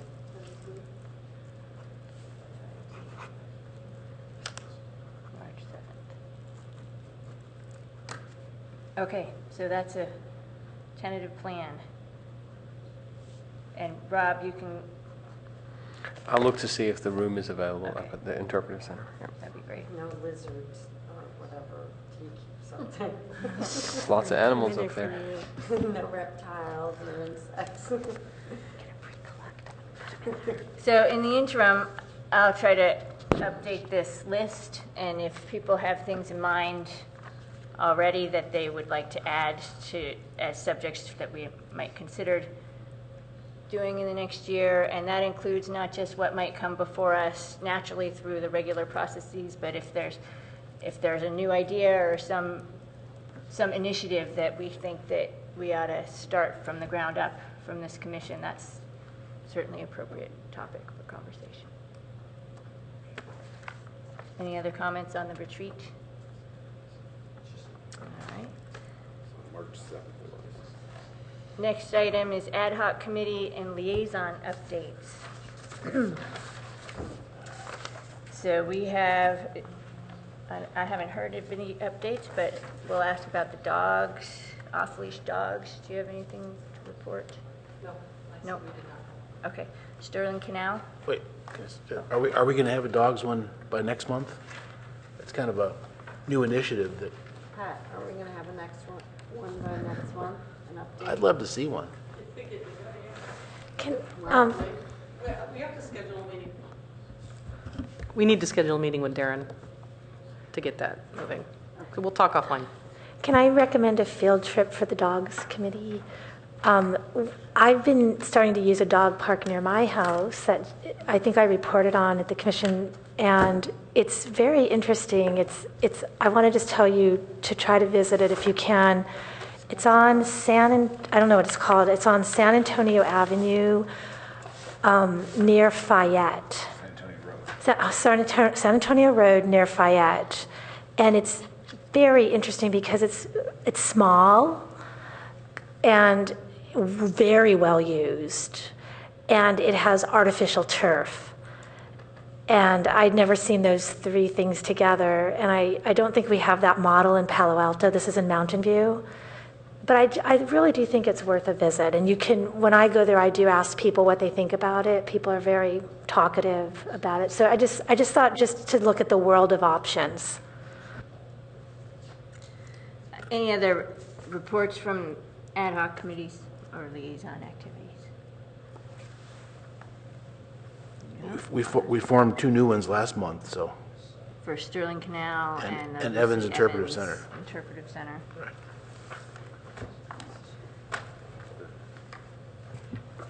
Greg Betts mailed us a copy of the CIP. Was that approved, or is that still in work? Still in the works, so it's currently going through sort of an internal vetting process with the budget office and then to the city manager's office. And what's the timeline for being approved? Let's see, it goes to the planning commission sometime in March, and then to the finance committee sometime in April, May, and then eventually to city council in June. Okay, that moves us on to comments and announcements. Anyone have comments? Do you have any comments or announcements? I'm just going to make it real quick since it's late, but we do have a summer camp fair coming up on February 1st, and that's an opportunity for you to come to the Lucy Stone Center and see all the variety of summer camps that we provide across the department. And also wanted to make mention of this, you may have seen this, Make the Switch. We're upgrading our registration system for summer camps or anything you sign up for, whether it's middle school athletics or if you have an account within the what we call the Enjoy system, Enjoy registration, that's being upgraded. And in order to do that, we're asking everyone to make the switch and create a new account in the new system. And that needs to happen before February 10th, which is the date we do the draw, the big summer camp registration day. So please share that with people you know. At Rob's kind invitation, he asked Jennifer and me to go to the zoo, the children's zoo, and it was absolutely fantastic. I'm going to start hanging out there just to watch the kids watching the animals. The objective being that they're in the midst of a huge renovation, and as that goes forward, kind of we'll be involved in that process. But we had a great tour from the director there, who was like Mr. Energy, excited about his stuff, which he should be. And some of the plans that we got a first glimpse of are phenomenal. Need about $10 or $20 more before they can actually break ground. But it definitely has impacts for us and, Rinconada and the park there and so on. But it was just a great intro. So, thanks for making that happen. Yeah, sure. I'd also add that the city council has put their values survey on, what is it, Open City Hall, what's it called? I don't remember the name of it, soliciting input on what we all, as the public, think ought to be the city's values. What is it called? I think it is called Open City Hall. But what's kind of interesting, they're trying to do a few creative things. So if you go to any of our community centers, or Lucy Stern, Cumberley, there's a really large interactive smart board where you can actually just using your hands and fingers or a stylus write what your values are for the community, and so that'll be up for several weeks. But I encourage you to drop by and submit your thoughts. Yeah, absolutely, and you can do it online too. I think you all should have gotten an email link to that, and that's going to be part of the guiding information for everything moving forward. So please do participate. Also, the city is applying for a Cumberley neighborhood grant, which is, I can't remember all the details of it, but it's a small grant that they would use to create community building events at the Cumberley Community Center, bringing together the tenants and the service providers there, as well as the neighborhoods and the community, to kind of get to know each other and understand what we're all doing and what Cumberley's all about, and create a stronger sense of community around it. So that may come to us if we hear anything about the grant, right? Yeah, we hear about the grant, I think, in June. We get it, okay. And finally, apparently there's been an international design studio looking at potential designs for the 27 University. Did everyone get that email today? Well, an email should have gone around today, I think, announcing that this Thursday, this design studio there have been 6 different groups who have been trying to come up with ideas for what could be best done with that site, and they'll be reporting out their ideas. And it's not a city-driven process, it's a Stanford-driven process, and it's been students from around the world participating in person and online, so it might be interesting. Yes? And Councilmember Schmidt will be our liaison for the next year. Oh, yeah. Is that right? Yeah, I have the privilege of attending the most exciting Tuesdays and nights in Palo Alto. I think informally the policy is that liaison should last for 2 years because they gain a little knowledge the first year. So they're sort of 2-year terms so everyone can get a chance to experience a variety of the committees. But keep up, I'm counting on keeping up the exciting Tuesdays. Long Tuesdays. Yeah. Long Tuesdays, yeah. All right, let's move on to tentative agenda for February 25th. Rob? Well, we're going to have to talk about that. I know that Darren has 2 park projects that he wants to bring forward. Like I said before, Monroe and Hopkins, I think they are. And then beyond that, we'll talk. And if any of the commissioners have something that comes up, you're welcome to call me or call the new chair, and we'll see how to fit it in. And as it was discussed a few months ago, I think Commissioner Cromie's suggestion, let's be proactive on the ad hocs. So if you've got a report, tell us in advance so that we can kind of maybe prep as well and get it on the agenda specifically as opposed to just ad hocs. As far as the agenda for next month, are we going to hear back on the Parks and Recreation Master Plan? I'm wondering where we stand on that. I'm glad you brought that up, Commissioner Cromie. Yeah, that will be a topic for next month. We're just starting to get that going now. We've met with the consultant once. We have a second meeting for staff tomorrow, so I think we'll be ready for a good update and maybe even have the consultant here in February to talk about the plan and how the Commission is going to interact and participate in it. So. All right, I would entertain a motion to adjourn. I so move. Second. All right, we're adjourned. All right. Wasn't very forceful. Come on, come on, come on, let's go.